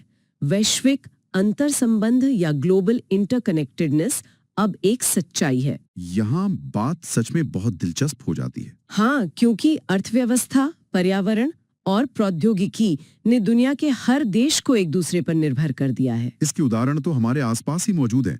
जब दुनिया के किसी एक कोने में कोई महामारी फैलती है, तो वायरस ये नहीं देखता कि वह किस देश की सीमा पार कर रहा है। उसका प्रभाव तुरंत पूरी दुनिया के स्वास्थ्य और अर्थव्यवस्था पर पड़ता है। बिल्कुल। और इसी तरह अगर किसी एक प्रमुख देश की अर्थव्यवस्था धराशायी होती है, तो उसका असर दुनिया भर की आपूर्ति श्रृंखलाओं पर पड़ता है। ये इस बात का स्पष्ट प्रमाण है कि आज के दौर में अंतर्राष्ट्रीय सहयोग केवल एक राजनीतिक विकल्प नहीं, बल्कि एक अनिवार्य शर्त है। इसी अनिवार्यता को समझते हुए यूनेस्को जैसी संस्थाओं का जन्म हुआ। और यहाँ यूनेस्को की प्रस्तावना में एक ऐसी पंक्ति है जो इस पूरी समस्या की जड़ पर प्रहार करती है। मैं जानता हूँ आप किस पंक्ति की बात कर रही हैं। वह यूनेस्को का एक स्वर्णिम उदाहरण है और मानव मनोविज्ञान का बहुत ही सटीक चित्रण करता है। जो लोग सुन रहे हैं, उन्हें इस उदाहरण को ध्यान से सुनना चाहिए। जी, वह पंक्ति कुछ इस प्रकार है कि चूंकि युद्ध मनुष्यों के दिमाग में शुरू होते हैं, इसलिए शांति की रक्षा के उपाय भी मनुष्यों के दिमाग में ही बनाए जाने चाहिए। इंग्लिश में कहें तो since wars begin in the minds of men, it is in the minds of men that the defenses of peace must be constructed. ये विचार अपने आप में एक संपूर्ण दर्शन है। अगर हम इस उदाहरण को व्यापक संदर्भ से जोड़कर देखें और इसे डिकोड करें, तो ये उस भूल को सुधारता है जो मानवता सदियों से करती आ रही है। समस्या ये नहीं है कि दुनिया में खतरनाक हथियार मौजूद हैं, क्योंकि हथियार तो निर्जीव हैं, वह अपने आप युद्ध शुरू नहीं करते। एकदम ठीक। ये मनुष्यों की मानसिकता है, उनकी नफरत और ईर्ष्या जो युद्ध शुरू करती है। इतिहास इस बात का गवाह है कि युद्ध रोकने के लिए अनगिनत राजनीतिक संधियां की गईं, लेकिन वह विफल रहीं। क्योंकि राजनीतिक संधियां हमेशा अस्थायी होती हैं, वो केवल कागजों पर होती हैं, लोगों के अवचेतन में नहीं। इसीलिए इसका एकमात्र स्थायी समाधान शिक्षा है। शिक्षा का उपयोग करके ही आने वाली पीढ़ी के दिमाग में शांति की दीवारें बनानी होंगी, और परीक्षा के नजरिए से उन सभी को याद रखना चाहिए जो सुन रहे हैं कि जहां भी विश्व शांति और शिक्षा की बात आए, उत्तर हमेशा यूनेस्को ही होता है। तो इन सब का आखिर मतलब क्या है? एक वास्तविक कक्षा में ये सब कैसे लागू होता है? ये सबसे महत्वपूर्ण सवाल है। शिक्षा कैसे काम करती है, यह पूरी तरह से इस बात पर निर्भर करता है कि विभिन्न विषयों को किस दृष्टिकोण से पढ़ाया जा रहा है।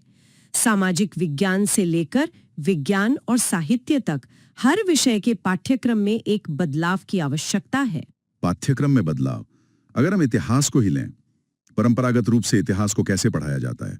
ज्यादातर राजाओं, उनके साम्राज्यों, युद्धों की तारीखों और जीत हार की कहानियों के रूप में। यही सबसे बड़ी समस्या है। इस तरह का इतिहास अनजाने में युद्ध को महिमा मंडित करता है। नए अंतर्राष्ट्रीय दृष्टिकोण के अनुसार इतिहास को मानव सभ्यता के साझा विकास के रूप में पढ़ाया जाना चाहिए।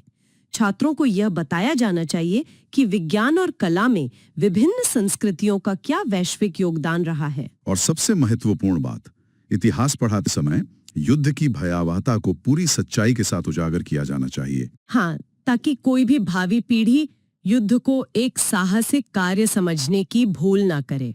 भूगोल के विषय में भी ये दृष्टिकोण बहुत प्रासंगिक हो जाता है। बिल्कुल। भूगोल पढ़ाते समय केवल देशों की सीमाओं पर ध्यान केंद्रित करने के बजाय प्राकृतिक संसाधनों के वैश्विक वितरण पर जोर दिया जाना चाहिए।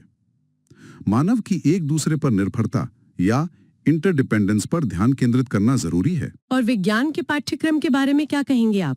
विज्ञान का मूल उद्देश्य मानव कल्याण होना चाहिए, विनाश नहीं। कक्षाओं में विज्ञान को बीमारियां ठीक करने और जलवायु परिवर्तन जैसी वैश्विक समस्याओं से निपटने के एक उपकरण के रूप में प्रस्तुत किया जाना चाहिए। विज्ञान का इस्तेमाल जीवन बचाने के लिए होना चाहिए, न कि हथियार बनाने के लिए। साहित्य और भाषा की भूमिका भी इस संदर्भ में बहुत ही शक्तिशाली है। अगर पाठ्यक्रम में अन्य संस्कृतियों की महान साहित्यिक कृतियों के अनुवाद को शामिल किया जाए तो इसका असर बहुत गहरा होता है। सही बात है। इसका अंतिम परिणाम गहरी सहानुभूति या डीप एम्पैथी विकसित करना है। जब छात्र दूसरे देश की कहानियां पढ़ते हैं तो वो उनकी भावनाओं को समझ पाते हैं। लेकिन यहाँ एक बात और है कि ज्ञान को व्यवहार में लाने के लिए सह पाठ्यक्रम गतिविधियों यानी को करिकुलर्स का महत्व भी उतना ही अधिक है। जी हाँ, व्यावहारिक गतिविधियां बहुत जरूरी हैं, जैसे संयुक्त राष्ट्र दिवस या UN डे मनाना, जो कि 24 अक्टूबर को मनाया जाता है। परीक्षा के नजरिए से ये तारीख याद रखना बहुत जरूरी है। बिल्कुल। इसके अलावा मॉडल यूनाइटेड नेशंस यानी मून जैसी गतिविधियों का प्रभाव बहुत व्यापक होता है। इन मॉक UN सत्रों में भाग लेने से छात्रों में राजनयिक बातचीत और दूसरों के दृष्टिकोणों को समझने का कौशल बढ़ता है, यानी डिप्लोमेटिक नेगोशिएशन और पर्सपेक्टिव टेकिंग का कौशल। और पिछले वर्षों के प्रश्नों में इस पर भी आधारित सवाल पूछे गए हैं। इसके साथ ही एक्सचेंज प्रोग्राम्स और यूनेस्को या रेड क्रॉस क्लब जैसी संस्थाएं सांस्कृतिक रूढ़ियों या स्टेरियोटाइप्स को तोड़ने में अहम भूमिका निभाती हैं। लेकिन इन सब शानदार अवधारणाओं के बीच एक बहुत ही गंभीर चेतावनी भी मौजूद है, और वो शिक्षक की भूमिका को लेकर है। आपने बिल्कुल ठीक जगह इशारा किया है। एक शिक्षक का दृष्टिकोण व्यापक और निष्पक्ष होना चाहिए, लेकिन यहाँ जो सबसे बड़ा खतरा है उसे समाजशास्त्र की भाषा में द हिडन करिकुलम या छिपा हुआ पाठ्यक्रम कहा जाता है। ये थे हिडन करिकुलम। दरअसल कैसे काम करता है, ये किसी पाठ्य पुस्तक में तो लिखा नहीं होता। नहीं, और यही इसे इतना खतरनाक बनाता है। यदि किसी शिक्षक के मन में नस्लीय या राष्ट्रीय पूर्वाग्रह है तो वह चुपचाप छात्रों में स्थानांतरित हो जाते हैं। उसके हाव भाव और टिप्पणियों से छात्र उस पूर्वाग्रह को ग्रहण कर लेते हैं। इसलिए स्रोत का एक बहुत ही कड़ा संदेश है कि एक पक्षपाती शिक्षक अंतर्राष्ट्रीय शांति नहीं पढ़ा सकता। ये सच में एक बहुत ही गहरी और आत्मनिरीक्षण वाली बात है। चलिए इस पूरी बौद्धिक यात्रा के मुख्य तंतुओं को एक साथ जोड़कर देखते हैं, यानी इन कॉन्सेप्ट्स का रिवीजन और इंटरलिंकिंग करते हैं। हाँ, ये बहुत जरूरी है। तो सबसे पहले हमने वसुधैव कुटुंबकम की प्राचीन अवधारणा देखी। फिर हमने डॉक्टर वॉल्टर लावेव्स की परिभाषा समझी, जिसमें आलोचनात्मक निरीक्षण पर जोर दिया गया था। उसके बाद यूनेस्को का वो अमर विचार कि शांति की रक्षा के उपाय मनुष्यों के दिमाग में ही गढ़े जाने चाहिए। और फिर विज्ञान, इतिहास और साहित्य के पाठ्यक्रम में वो बदलाव जो विनाश से कल्याण की ओर ले जाता है। और अंत में हमने द हिडन करिकुलम की उस मनोवैज्ञानिक खतरे को समझा। अगर इस पूरी चर्चा का कॉन्सेप्ट इंटरलिंकिंग किया जाए तो इस बात पर जोर देना जरूरी है कि अंतर्राष्ट्रीयकरण सिर्फ राजनीति नहीं है, ये पूरी तरह से समाजीकरण या सोशलाइजेशन है। इसका सीधा संबंध मूल्य शिक्षा, दर्शन और आधुनिकीकरण से है। बिल्कुल, ये गहन चर्चा इस बात को पूरी तरह से प्रमाणित करती है कि कैसे वो अवधारणाएं जिन्हें शायद सिर्फ एक परीक्षा के पाठ्यक्रम के रूप में देखा जाता है, असल में हमारे समाज की सोच और भविष्य की पीढ़ियों के दृष्टिकोण को आकार देने की शक्ति रखती हैं। इससे एक महत्वपूर्ण सवाल खड़ा होता है। हमने देखा कि शिक्षा अगली पीढ़ी के दिमाग में शांति की दीवारें बना सकती है, लेकिन आज के इस डिजिटल युग में जहां सोशल मीडिया पर सूचनाओं की बाढ़ है, अगर शिक्षा प्रणाली और हिडन करिकुलम का इस्तेमाल ही संकीर्ण राष्ट्रवाद को बढ़ावा देने के लिए एक हथियार या वेपन के रूप में किया जाने लगे, तो शांति की ये दीवारें कैसे टिकेंगी? ये एक ऐसा सवाल है जिस पर गंभीरता से सोचने की जरूरत है। ये वाकई एक ऐसी बात है जो सोचने पर मजबूर करती है।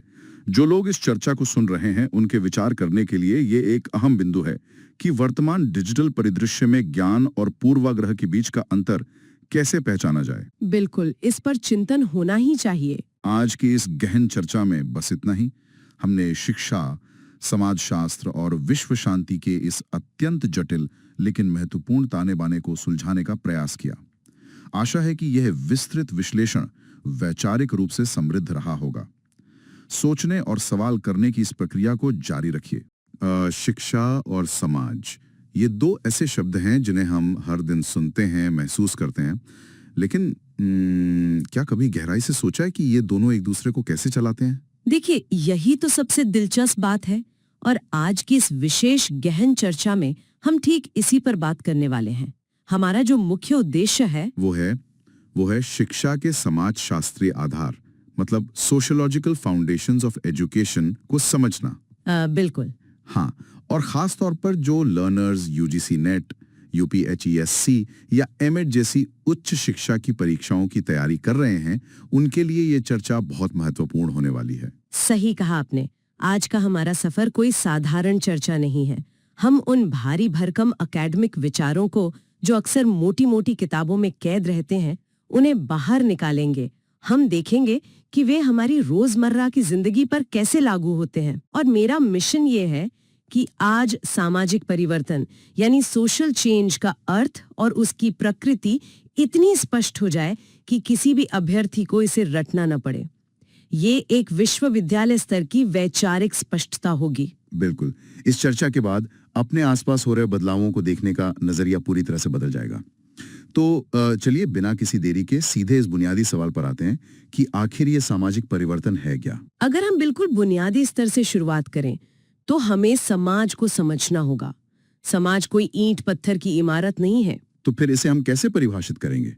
क्योंकि इन पेपर्स की शुरुआत में ही एक बहुत ही खूबसूरत लाइन लिखी है कि समाज असल में सामाजिक संबंधों का एक जाल है। जी हाँ, वेब ऑफ सोशल रिलेशनशिप्स।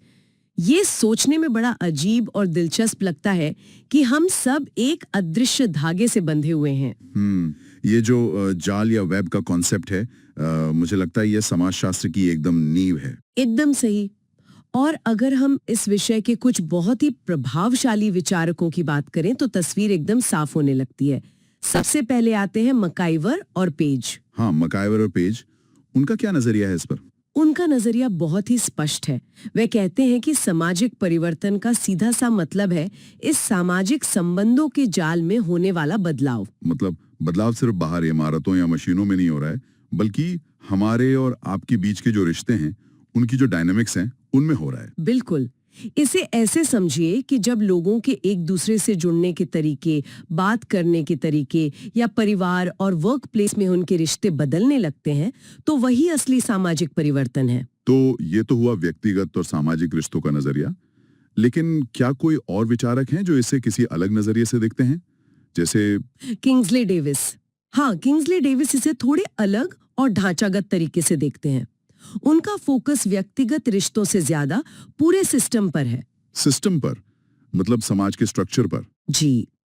उनके मुताबिक सामाजिक परिवर्तन वो है जो समाज के संगठन, उसके स्ट्रक्चर और उसके फंक्शंस में बदलाव लाता है। यानी समाज की संस्थाएं कैसे काम कर रही हैं। संस्थाएं जैसे हमारी न्याय व्यवस्था, हमारी आर्थिक प्रणाली या हमारी परिवार व्यवस्था, है ना? एकदम सही। ये संस्थाएं कैसे काम कर रही हैं और उनके काम करने के तरीके में क्या फेरबदल हो रहा है, यही किंग्सले डेविस के अनुसार सामाजिक परिवर्तन है। ये दोनों नजरिए मिलकर एक पूरी तस्वीर बनाते हैं। एक तरफ व्यक्तिगत संबंधों का जाल बदल रहा है और दूसरी तरफ पूरे समाज का स्ट्रक्चर। अब अगर हम थोड़ा आगे बढ़ें और इस बदलाव की प्रकृति यानी इसके नेचर को समझने की कोशिश करें, तो रिसर्च में इसके 4 बहुत ही ठोस लक्षण बताए गए हैं जिन्हें उच्च शिक्षा के अभ्यर्थियों को बहुत ध्यान से समझना चाहिए। तो पहला लक्षण क्या कहता है? पहला लक्षण कहता है कि सामाजिक परिवर्तन यूनिवर्सल है, यानी सार्वभौमिक। इसका सीधा सा अर्थ है कि दुनिया का कोई भी समाज पूरी तरह से स्टैटिक या स्थिर नहीं हो सकता। ये बहुत ही महत्वपूर्ण बिंदु है। आप इतिहास उठाकर देख लीजिए, ऐसा कोई समाज नहीं है जो समय के साथ बदला ना हो। बिल्कुल, चाहे वो अमेज़न के घने जंगलों में रहने वाली कोई दूरस्थ जनजाति हो या फिर न्यूयॉर्क और टोक्यो जैसा कोई अल्ट्रा मॉडर्न शहर, बदलाव की लहर हर जगह पहुंचती है। लेकिन यहाँ एक सवाल उठता है, क्या ये लहर हर जगह एक जैसी होती है?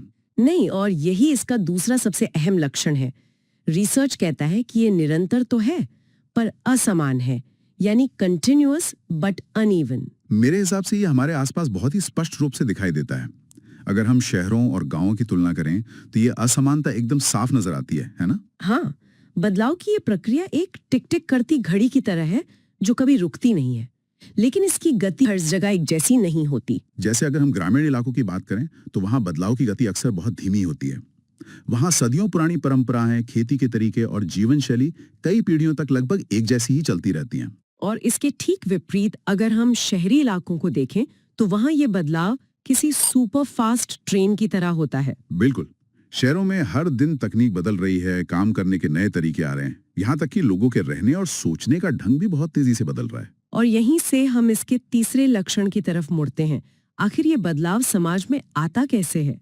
इसका कारण क्या है? तो क्या इसके पीछे कोई विशेष कारण होता है? नहीं, सामाजिक परिवर्तन हमेशा मल्टी कॉजल यानी बहुकारणीय होता है। इसके पीछे कभी भी कोई एक अकेला कारण काम नहीं करता। यानी अगर हम किसी एक चीज को दोष देना चाहें तो वो गलत होगा। इसमें कई सारे फैक्टर्स मिलकर एक पूरा इकोसिस्टम बनाते हैं। बिल्कुल, इसमें तकनीकी कारण हो सकते हैं, जैसे स्मार्टफोन या इंटरनेट का आना। इसके अलावा भौगोलिक कारण हो सकते हैं। भौगोलिक कारण, जैसे कहीं बाढ़ या सूखा आ गया तो पूरा का पूरा समाज विस्थापित हो जाता है और उनकी जीवन शैली बदल जाती है। जी हाँ, और मनोवैज्ञानिक तथा शैक्षिक कारण भी बहुत अहम भूमिका निभाते हैं जब लोगों की सोच या उनके विचार करने की क्षमता बदलती है। इसी वजह से इसे इतना जटिल माना जाता है और यहाँ पर एक ऐसा भ्रम पैदा होता है जिसमें हम सब कभी ना कभी फंसते हैं। आप परिवर्तन और प्रगति वाले भ्रम की बात कर रहे हैं। हाँ बिल्कुल, हम अक्सर मान लेते हैं कि जो भी बदलाव हो रहा है वो समाज की तरक्की है। हम चेंज और प्रोग्रेस को एक ही तराजू में तौलने लगते हैं। यह परीक्षा के दृष्टिकोण से बहुत ही महत्वपूर्ण कॉन्सेप्ट है। रिसर्च बहुत ही साफ शब्दों में कहती है कि परिवर्तन अपने आप में बहुत ऑब्जेक्टिव यानी वस्तुनिष्ठ होता है। इसका मतलब है कि इसका कोई मॉरल एंगल नहीं होता। एकदम सही, बदलाव सिर्फ एक तथ्य है जिसका मतलब हमेशा प्रगति नहीं होता। इसे थोड़ा और गहराई से समझते हैं। चलिए इसे डिकोड करते हैं। जब हम शब्द इस्तेमाल करते हैं प्रगति या प्रोग्रेस, तो उसका मतलब होता है कि बदलाव किसी बहुत ही सकारात्मक या वांछित दिशा में हो रहा है।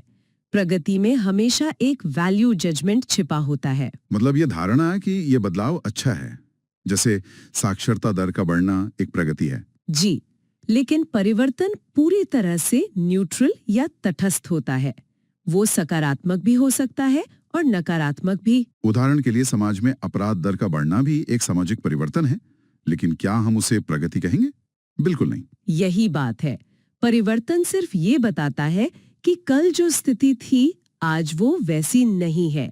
ये एक बहुत ही पावरफुल डिस्टिंक्शन है। बदलाव बस हो रहा है, वो सही है या गलत ये हम बाद में तय करते हैं। अब इसी कड़ी में आगे बढ़ते हुए हम एक ऐसी थ्योरी पर आ रहे हैं जो व्यक्तिगत रूप से मुझे बहुत ही कमाल की लगी। मुझे पता है आप किस थ्योरी की बात करने वाले हैं। हाँ, 1922 में विलियम एफ ऑकबर्न ने अपनी किताब सोशल चेंज में एक कॉन्सेप्ट दिया था, सांस्कृतिक विलंबना यानी कल्चरल लैग। आज के समय में जब हर रोज एक नई तकनीक आ रही है, ये थ्योरी पहले से कहीं ज्यादा प्रासंगिक हो गई है। तो ये थ्योरी आखिर कहती क्या है? ऑकबर्न का ये सिद्धांत दरअसल हमारी मौजूदा सामाजिक उलझनों को समझने का एक मास्टर की है। उन्होंने ये समझाने की कोशिश की कि समाज में तनाव क्यों पैदा होता है, इसके लिए उन्होंने संस्कृति को 2 साफ हिस्सों में बांट दिया। और वे 2 हिस्से कौन से हैं? पहला हिस्सा है भौतिक संस्कृति यानी मटेरियल कल्चर। ये वो संस्कृति है जो मूर्त है, टैंजिबल है, जिसे छुआ और देखा जा सकता है। मतलब हमारी मशीनें, हमारे गैजेट्स, इंफ्रास्ट्रक्चर, यातायात के साधन, ये सब भौतिक संस्कृति है। बिल्कुल। और इसकी सबसे बड़ी खासियत ये है कि ये बहुत ही रॉकेट की स्पीड से बदलती है। आज एक फोन आता है, 6 महीने बाद वो पुराना हो जाता है। और दूसरा हिस्सा क्या है? दूसरा हिस्सा है अभौतिक संस्कृति यानी नॉन मटेरियल कल्चर। ये वो हिस्सा है जो अमूर्त है, इंटैंजिबल है। इसमें क्या क्या शामिल होता है? सारी परंपराएं शामिल होती हैं। और मुझे लगता है कि इस हिस्से की स्पीड बहुत बहुत धीमी होती है। ये इतनी आसानी से नहीं बदलता है ना? यही तो मुख्य बिंदु है। और जब एक हिस्सा बहुत तेजी से आगे भाग जाए और दूसरा हिस्सा कछुए की चाल से चले, तो उनके बीच जो खाई पैदा होती है, उसी अंतर या गैप को ऑकबर्न ने कल्चरल लैग कहा है। जी। इस खाई को समझने के लिए हमारे पास मौजूद डेटा में एक बहुत ही कड़क और रियल वर्ल्ड उदाहरण दिया गया है। वो 5G और AI वाला उदाहरण। हाँ, आज हमारे हाथ में 5G नेटवर्क आ गया है। आर्टिफिशियल इंटेलिजेंस हर काम कर रहा है। ये हमारी भौतिक संस्कृति है जो रातों रात बदल गई है। लेकिन जरा सोचिए, इसी 5G की स्पीड का इस्तेमाल कुछ लोग क्या करने के लिए कर रहे हैं? वो व्हाट्सएप पर पुरानी अंधविश्वासी बातें फैला रहे हैं, या फिर सोशल मीडिया का इस्तेमाल करके समाज में जातिगत पूर्वाग्रह और नफरत बढ़ा रहे हैं। यही वो सटीक उदाहरण है जो कल्चरल लैग को बेनकाब करता है। हमारे पास दुनिया की सबसे एडवांस तकनीक आ चुकी है, लेकिन उस तकनीक को इस्तेमाल करने वाले दिमाग अभी भी कई मामलों में सैकड़ों साल पुराने मूल्यों में फंसे हुए हैं। हमारी सोच, हमारे सामाजिक मूल्य और हमारी सहनशीलता उस तकनीक की रफ्तार के साथ कदम नहीं मिला पा रही है। और जब तक ये अभौतिक संस्कृति उस भौतिक संस्कृति के स्तर तक नहीं पहुंचती, समाज में ये तनाव बना रहेगा। ये बात सच में झकझोरने वाली है। अब सवाल ये उठता है कि अगर समाज में ये असंतुलन आ गया है, तो इसे ठीक कौन करेगा? और यहीं पर सबसे महत्वपूर्ण संस्था की एंट्री होती है, और वो है शिक्षा। अगर हम इस पूरे परिदृश्य को एक बड़े कैनवस पर देखें, तो सामाजिक परिवर्तन में शिक्षा की भूमिका क्या है? रिसर्च बताती है कि शिक्षा मुख्य रूप से 3 अलग-अलग लेकिन बेहद अहम भूमिकाएं निभाती है। तो शिक्षा की पहली भूमिका क्या है? शिक्षा की सबसे पहली और सबसे आक्रामक भूमिका होती है एक इनिशिएटर या पहलकर्ता की। शिक्षा का काम सिर्फ पुरानी किताबें रटना नहीं है। इसका काम है दिमाग की खिड़कियां खोलना और स्वतंत्र सोच को जन्म देना। बिल्कुल। जब समाज में लोग खुद से सवाल करना सीखते हैं, तो वे पुरानी और नुकसानदायक परंपराओं को चुनौती देते हैं। हमारे पास स्रोतों में राजा राम मोहन राय का एक क्लासिक उदाहरण है। हाँ, उन्होंने आधुनिक शिक्षा और ज्ञान का ही सहारा लिया और सती प्रथा जैसी उस समय की गहरी जड़ें जमा चुकी कुरीति पर प्रहार किया। यहाँ शिक्षा ने एक एजेंट के रूप में समाज में एक नया बदलाव शुरू किया। तो यहाँ शिक्षा लीड कर रही है, लेकिन इसका दूसरा पहलू ये भी है कि शिक्षा हमेशा लीड नहीं करती। कभी कभी वो एक फॉलोअर या अनुयायी की तरह भी काम करती है। मतलब वो बाहरी दुनिया में हो रहे बदलावों के हिसाब से खुद को ढालती है। जी। इसका सबसे ताजा और बेहतरीन उदाहरण हमने महामारी के दौरान देखा, जब पूरी दुनिया अचानक से रुक गई, लॉकडाउन लग गए और बच्चों का स्कूलों या कॉलेजों में जाना नामुमकिन हो गया। तब शिक्षा व्यवस्था ने क्या किया? वो रुकी नहीं। उसने एक अनुयायी की तरह तुरंत बाहरी तकनीक और परिस्थितियों के साथ समझौता किया और खुद को ऑनलाइन क्लासेस के सांचे में ढाल लिया। ये शिक्षा का एक तरह का सर्वाइवल मैकेनिज्म है। लेकिन इनिशिएटिव और फॉलोअर होने से भी ज्यादा जो तीसरी भूमिका पेपर्स में समझाई गई है, वो मुझे सबसे ज्यादा क्रिटिकल लगती है। आप इवैल्यूएटर या मूल्यांकनकर्ता की भूमिका की बात कर रहे हैं? जी हाँ। शिक्षा एक इवैल्यूएटर का काम कैसे करती है? ये भूमिका असल में समाज के लिए एक फिल्टर का काम करती है। आज हर दिन सैकड़ों नए बदलाव हो रहे हैं। क्या वो सभी बदलाव हमारे लिए अच्छे हैं? नहीं। शिक्षा हमें ये विवेक देती है कि हम सही और गलत को जज कर सकें। उदाहरण के लिए, हम नई मेडिकल तकनीक और विज्ञान को सहर्ष अपनाते हैं क्योंकि शिक्षा हमें बताती है कि ये जीवन रक्षक है।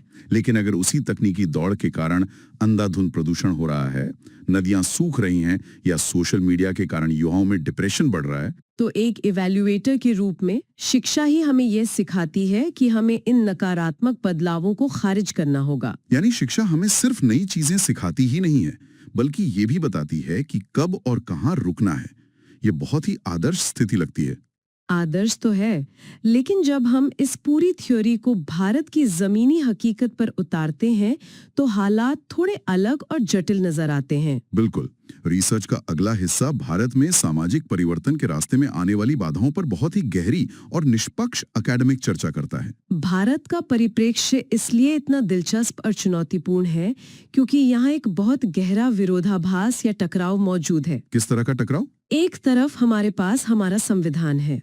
यह संविधान पूरी तरह से आधुनिक है, जो एक ऐसे समतावादी या एगैलिटेरियन समाज की बात करता है जहां हर व्यक्ति समान हो, जहां विकास के समान अवसर हो। लेकिन दूसरी तरफ जो हमारी जमीनी सामाजिक हकीकत है वो बहुत सी पारंपरिक बाधाओं से जकड़ी हुई है। आधुनिक संवैधानिक लक्ष्यों और सदियों पुराने पारंपरिक ढांचों के बीच का ये सीधा टकराव ही बदलाव की राह में सबसे बड़ी रुकावट है। चलिए इन रुकावटों को थोड़ा और करीब से देखते हैं। पेपर्स में सबसे पहली और सबसे बड़ी बाधा बताई गई है जाति और वर्ग की। हम सभी जानते हैं कि जाति व्यवस्था जन्म पर आधारित होती है। समाजशास्त्र की भाषा में इसे एस्क्राइब्ड स्टेटस कहते हैं। आप अपनी मर्जी से इसे चुन या बदल नहीं सकते। और इसका समाज पर बहुत गहरा असर पड़ता है, खासतौर पर प्रोफेशन चुनने में। बिल्कुल, इसका सबसे बड़ा असर ऑक्यूपेशनल मोबिलिटी या व्यावसायिक गतिशीलता पर पड़ता है।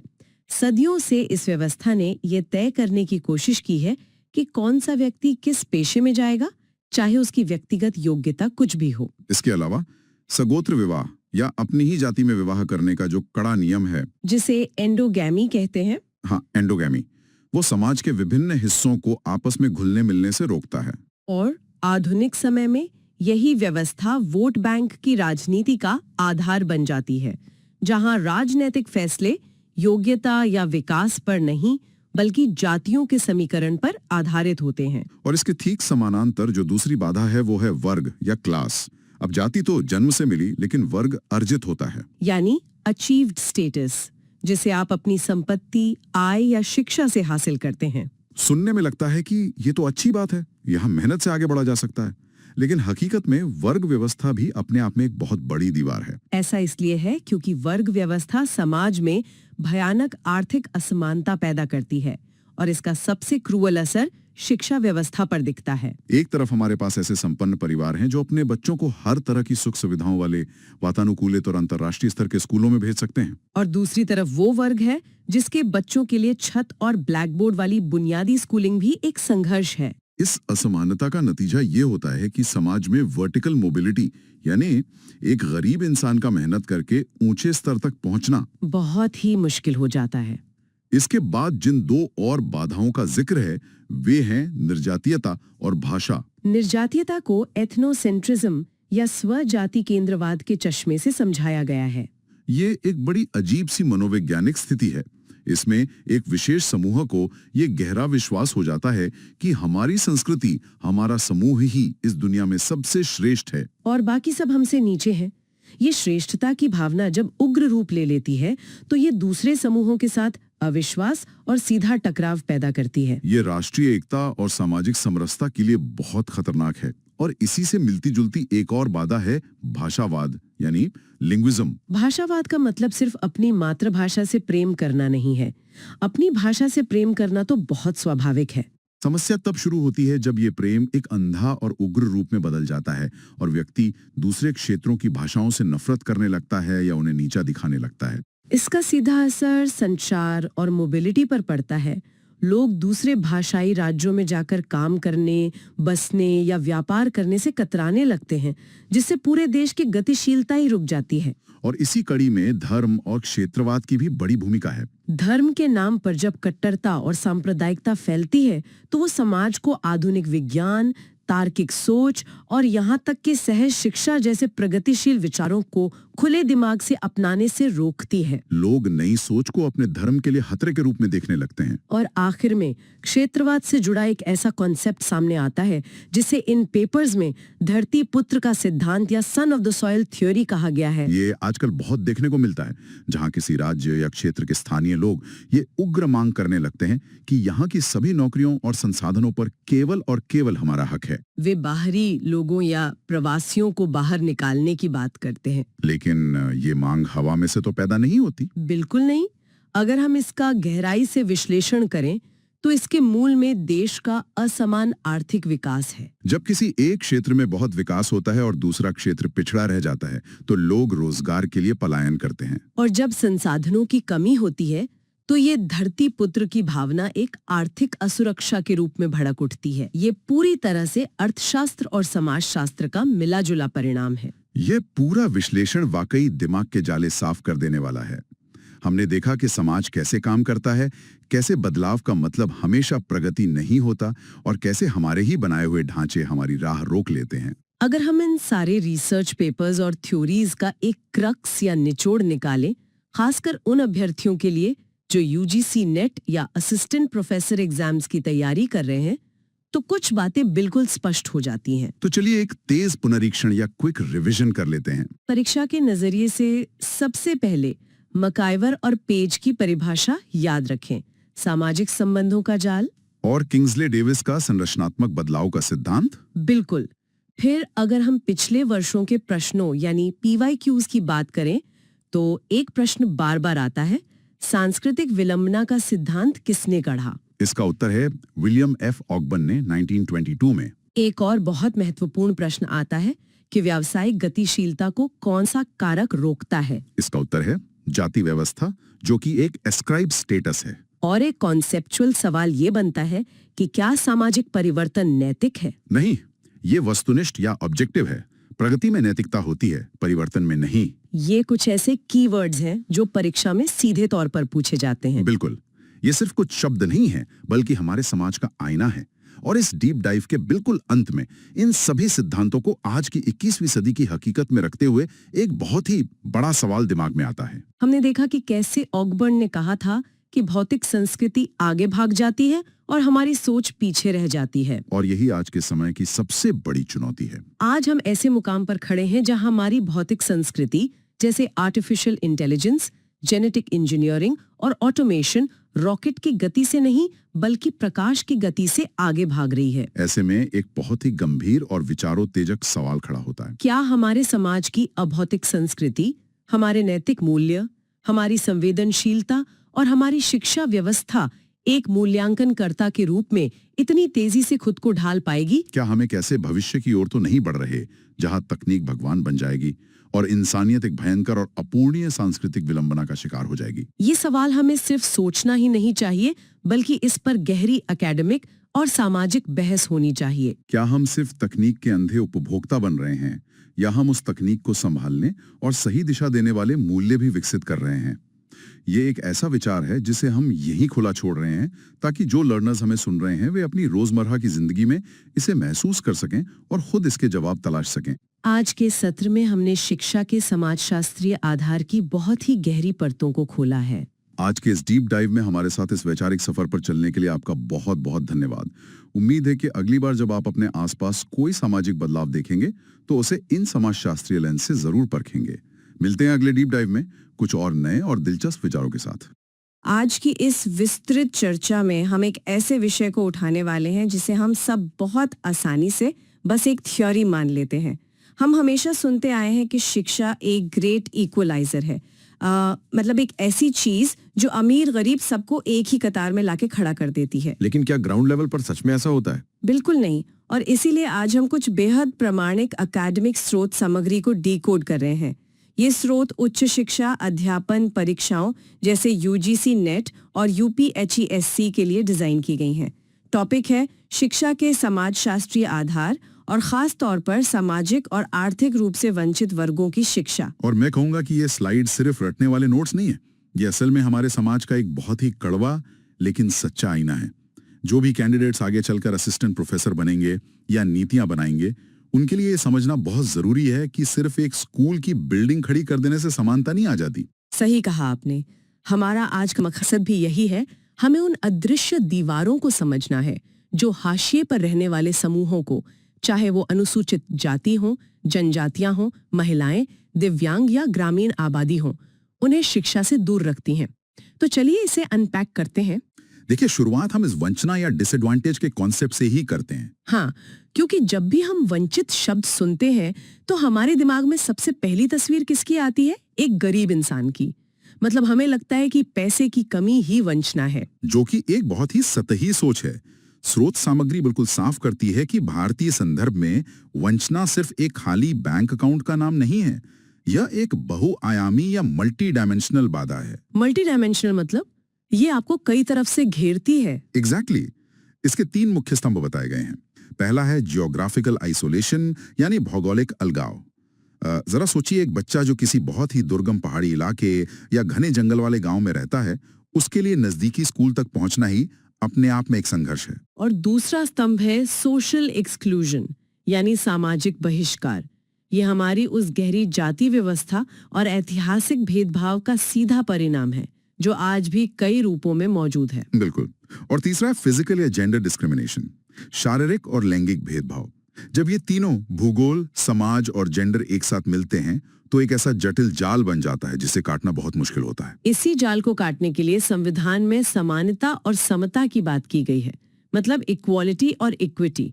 मुझे लगता है इन दोनों का फर्क समझना हमारे लिए बहुत जरूरी है। हाँ, अक्सर हम इन्हें एक ही समझ लेते हैं।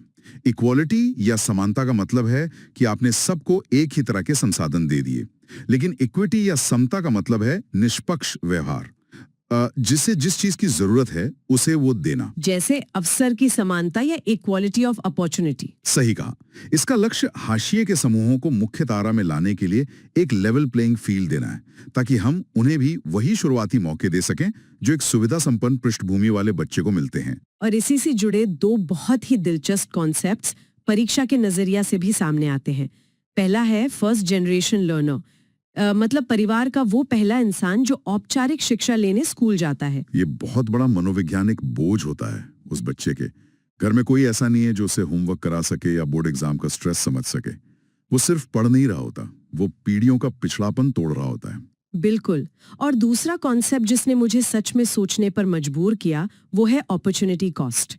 अक्सर सवाल उठता है कि जब सरकारी स्कूलों में शिक्षा मुफ्त है तो गरीब परिवार बच्चों को क्यों नहीं भेजते? क्योंकि मुफ्त शिक्षा की भी एक कीमत होती है। एग्जैक्टली। अगर एक कामकाजी उम्र का बच्चा स्कूल जाता है तो परिवार को उस आर्थिक कमाई का नुकसान होता है जो वो बच्चा खेतों में या कहीं और काम करके ला सकता था। उनके लिए तो बच्चे को स्कूल भेजना मतलब सीधे सीधे अपने सर्वाइवल से समझौता करना है। यह अवसर लागत या अपॉर्चुनिटी कॉस्ट ड्रॉप आउट का एक बहुत बड़ा कारण है। अब अगर हम अलग अलग वंचित समूहों की चुनौतियों को देखें तो अनुसूचित जाति यानी एससी और अनुसूचित जनजाति यानी एसटी के मामले में बाधाएं बाहर से एक जैसी लग सकती हैं, लेकिन उनकी जड़ें अलग हैं। हाँ, एससी छात्रों के लिए सबसे बड़ी रुकावट वो ऐतिहासिक वंचना और सदियों का सामाजिक बहिष्कार है, जिसके साथ आर्थिक दबाव भी जुड़ा है। लेकिन अगर हम एसटी या आदिवासी छात्रों की बात करें तो वहां भौगोलिक अलगाव के साथ साथ एक बहुत ही क्रिटिकल फैक्टर आता है, लैंग्वेज बैरियर। भाषा की बाधा, ये सच में बहुत हैरान करने वाला पहलू है। और ये शिक्षा व्यवस्था की एक बड़ी विडंबना है। आप कल्पना कीजिए, एक बच्चा घर में अपनी स्थानीय बोली जैसे संथाली या गोंडी बोलता है। वो पहली बार स्कूल जाता है और वहाँ शिक्षक राज्य की मानक भाषा जैसे मानक हिंदी या उड़िया में पढ़ा रहा है। उस छोटे बच्चे के लिए तो वो एक विदेशी भाषा हो गई। यही संवैधानिक और नीतिगत समाधान बनाए गए हैं।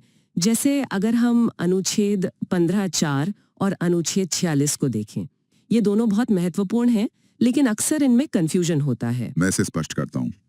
अनुच्छेद 15(4) शैक्षिक रूप से पिछड़े वर्गों के लिए राज्य को विशेष प्रावधान करने की शक्ति देता है, जैसे कि आरक्षण। ये एक टूल है, एक ठोस औजार। और अनुच्छेद 46? अनुच्छेद 46 एक नीति निर्देशक तत्व है। ये राज्य को निर्देश देता है कि कमजोर वर्गों के शैक्षिक और आर्थिक हितों को बढ़ावा देना आपका लक्ष्य होना चाहिए। मतलब 46 मंजिल है और 15(4) वहां तक पहुंचने का रास्ता। ये बहुत अच्छे से समझाया आपने। और इस मंजिल तक पहुंचने के लिए जमीन पर जो योजनाएं हैं वो सीधे इन बाधाओं पर वार करती हैं। जैसे दूरस्थ क्षेत्रों के एसटी छात्रों के लिए EMRS यानी एकलव्य मॉडल आवासीय विद्यालय और आश्रम स्कूल भी। ये आवासीय मॉडल इसलिए जरूरी है ताकि बच्चे को रोज पहाड़ या जंगल पार करके ना आना पड़े और उस पर काम करने का पारिवारिक दबाव भी कम हो। साथ ही आर्थिक तंगी की वजह से जो कक्षा 10 के बाद ड्रॉप आउट होता है, उसे रोकने के लिए पोस्ट मैट्रिक स्कॉलरशिप जैसी योजनाएं बहुत अहम रोल प्ले करती हैं। बिल्कुल। तो हमने भूगोल और अर्थव्यवस्था की बात की, लेकिन एक वंजमा ऐसे भी है जो हमारे घरों के अंदर शुरू होती है। आप महिलाओं और लड़कियों की शिक्षा की बात कर रहे हैं। हाँ, यहाँ सबसे बड़ी बाधा कोई पहाड़ या नदी नहीं है, बल्कि पितृसत्तात्मक मानसिकता है। वो सोच कि लड़कियों को पढ़ाना पैसे की बर्बादी है क्योंकि उन्हें तो दूसरे घर जाना है। लेकिन इस मानसिकता के अलावा भी बहुत सी व्यावहारिक बाधाएं हैं, जैसे सुरक्षा और स्वच्छता। आपने बिल्कुल सही पॉइंट पकड़ा। अक्सर स्कूल में लड़कियों के लिए अलग और साफ शौचालय नहीं होते। प्यूबर्टी या माहवारी शुरू होने की उम्र में यही बुनियादी ढांचे की कमी उनके स्कूल छोड़ने का कारण बन जाती है। ये बहुत ही दुखद है। लेकिन एक चीज जिसने मुझे इस स्रोत सामग्री में सबसे ज्यादा प्रभावित किया वो था हिडन करिकुलम का विचार। छिपा हुआ पाठ्यक्रम। हाँ, हम अक्सर सोचते हैं कि स्कूल तो बस पढ़ाई की जगह है, लेकिन पाठ्य पुस्तकें अनजाने में ही कितनी रूढ़ियों को बढ़ावा देती हैं। किताबों में महिलाओं को हमेशा रसोई में खाना बनाते हुए दिखाया जाता है और पुरुषों को ऑफिस जाते या नेता के रूप में। और बच्चे इस हिडन करिकुलम को अपने अवचेतन मन में सोख लेते हैं।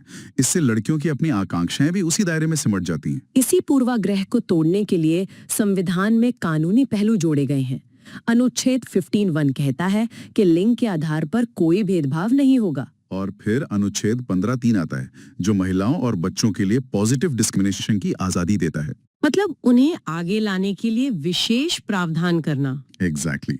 अगर हम बड़े परिदृश्य से इसे जोड़ें तो ये सकारात्मक भेदभाव बहुत जरूरी है। इसी सोच से KGVV यानी कस्तूरबा गांधी बालिका विद्यालय जैसी योजनाएं बनी हैं, जो पिछड़े ब्लॉकों में लड़कियों के लिए आवासीय स्कूल हैं। इसके अलावा बेटी बचाओ बेटी पढ़ाओ और CBSE की उड़ान योजना भी है।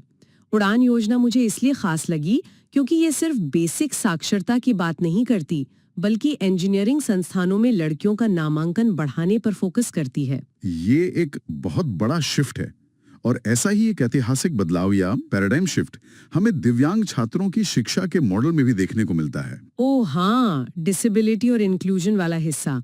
इसमें 3 मॉडल्स की बात की गई है: अलगाव, एकीकरण और समावेशन। देखिए, अलगाव या सेग्रीगेशन का मतलब तो था कि दिव्यांग बच्चों को बिल्कुल अलग विशेष स्कूलों में भेज दिया जाए, लेकिन असली कंफ्यूजन एकीकरण और समावेशन में होता है। एकीकरण यानी इंटीग्रेशन में बच्चा एक सामान्य स्कूल में तो आता है, लेकिन सिस्टम नहीं बदलता। बिल्कुल।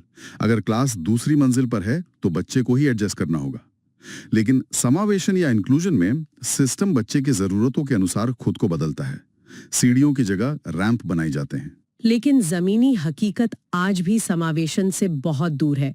हमारे पास बुनियादी ढांचे की भारी कमी है। रैंप या टैक्टाइल पाथ नहीं है। संसाधनों की कमी है, जैसे ब्रेल बुक्स का ना होना। और अप्रशिक्षित शिक्षक। सामान्य स्कूलों के शिक्षकों के पास विशेष शिक्षा आवश्यकताओं को संभालने की ट्रेनिंग नहीं होती। और सामाजिक कलंक या सोशल स्टिग्मा भी तो एक बड़ी चुनौती है। इन सब को एड्रेस करने के लिए ही RPWD एक्ट 2016 एक बड़ा कानूनी मील का पत्थर साबित हुआ। हाँ, इस कानून में विकलांगता की श्रेणियों को 7 से बढ़ाकर 21 कर दिया गया। ऑटिज्म, डिसलेक्सिया से लेकर एसिड अटैक पीड़ितों तक को इसमें शामिल किया गया। लेकिन इसका सबसे महत्वपूर्ण तथ्य, जिसे मैं एक आहा मोमेंट कहूंगा, वो है शिक्षा की उम्र सीमा। बिल्कुल। सामान्य RTE अधिनियम 14 वर्ष तक मुफ्त शिक्षा की गारंटी देता है, लेकिन RPWD एक्ट के तहत दिव्यांग बच्चों के लिए ये 18 वर्ष तक है। क्योंकि उन्हें सीखने और सिस्टम के साथ तालमेल बिठाने में अतिरिक्त समय लग सकता है। ये समता का एक बेहतरीन उदाहरण है। बहुत ही शानदार पहलू है ये। अब हम अपने आखिरी खंड की तरफ बढ़ते हैं, ग्रामीण शिक्षा का संकट और डिजिटल डिवाइड। ग्रामीण आबादी की शिक्षा में मल्टी ग्रेड टीचिंग एक बहुत बड़ी समस्या है। एक ही शिक्षक का एक साथ 3 अलग-अलग कक्षाओं को पढ़ाना। जरा सोचिए, उस क्लासरूम में लर्निंग आउटकम्स क्या ही होते होंगे। और योग्य शिक्षकों का शहरों की ओर पलायन इस टीचर क्राइसिस को और बढ़ा देता है। और इस खस्ता हाल व्यवस्था पर सबसे बड़ी चोट तब पड़ी जब महामारी के दौरान डिजिटल डिवाइड पूरी तरह से उजागर हो गया। इंटरनेट और स्मार्ट उपकरणों की भारी कमी। जो बच्चे पहले से ही वंचित थे, वो पूरी तरह से व्यवस्था से ही कट गए। इन सबको सुधारने के लिए सरकार ने समग्र शिक्षा अभियान जैसी पहलें की हैं। ये अभियान सर्व शिक्षा अभियान, राष्ट्रीय माध्यमिक शिक्षा अभियान और शिक्षक शिक्षा को एकीकृत करता है।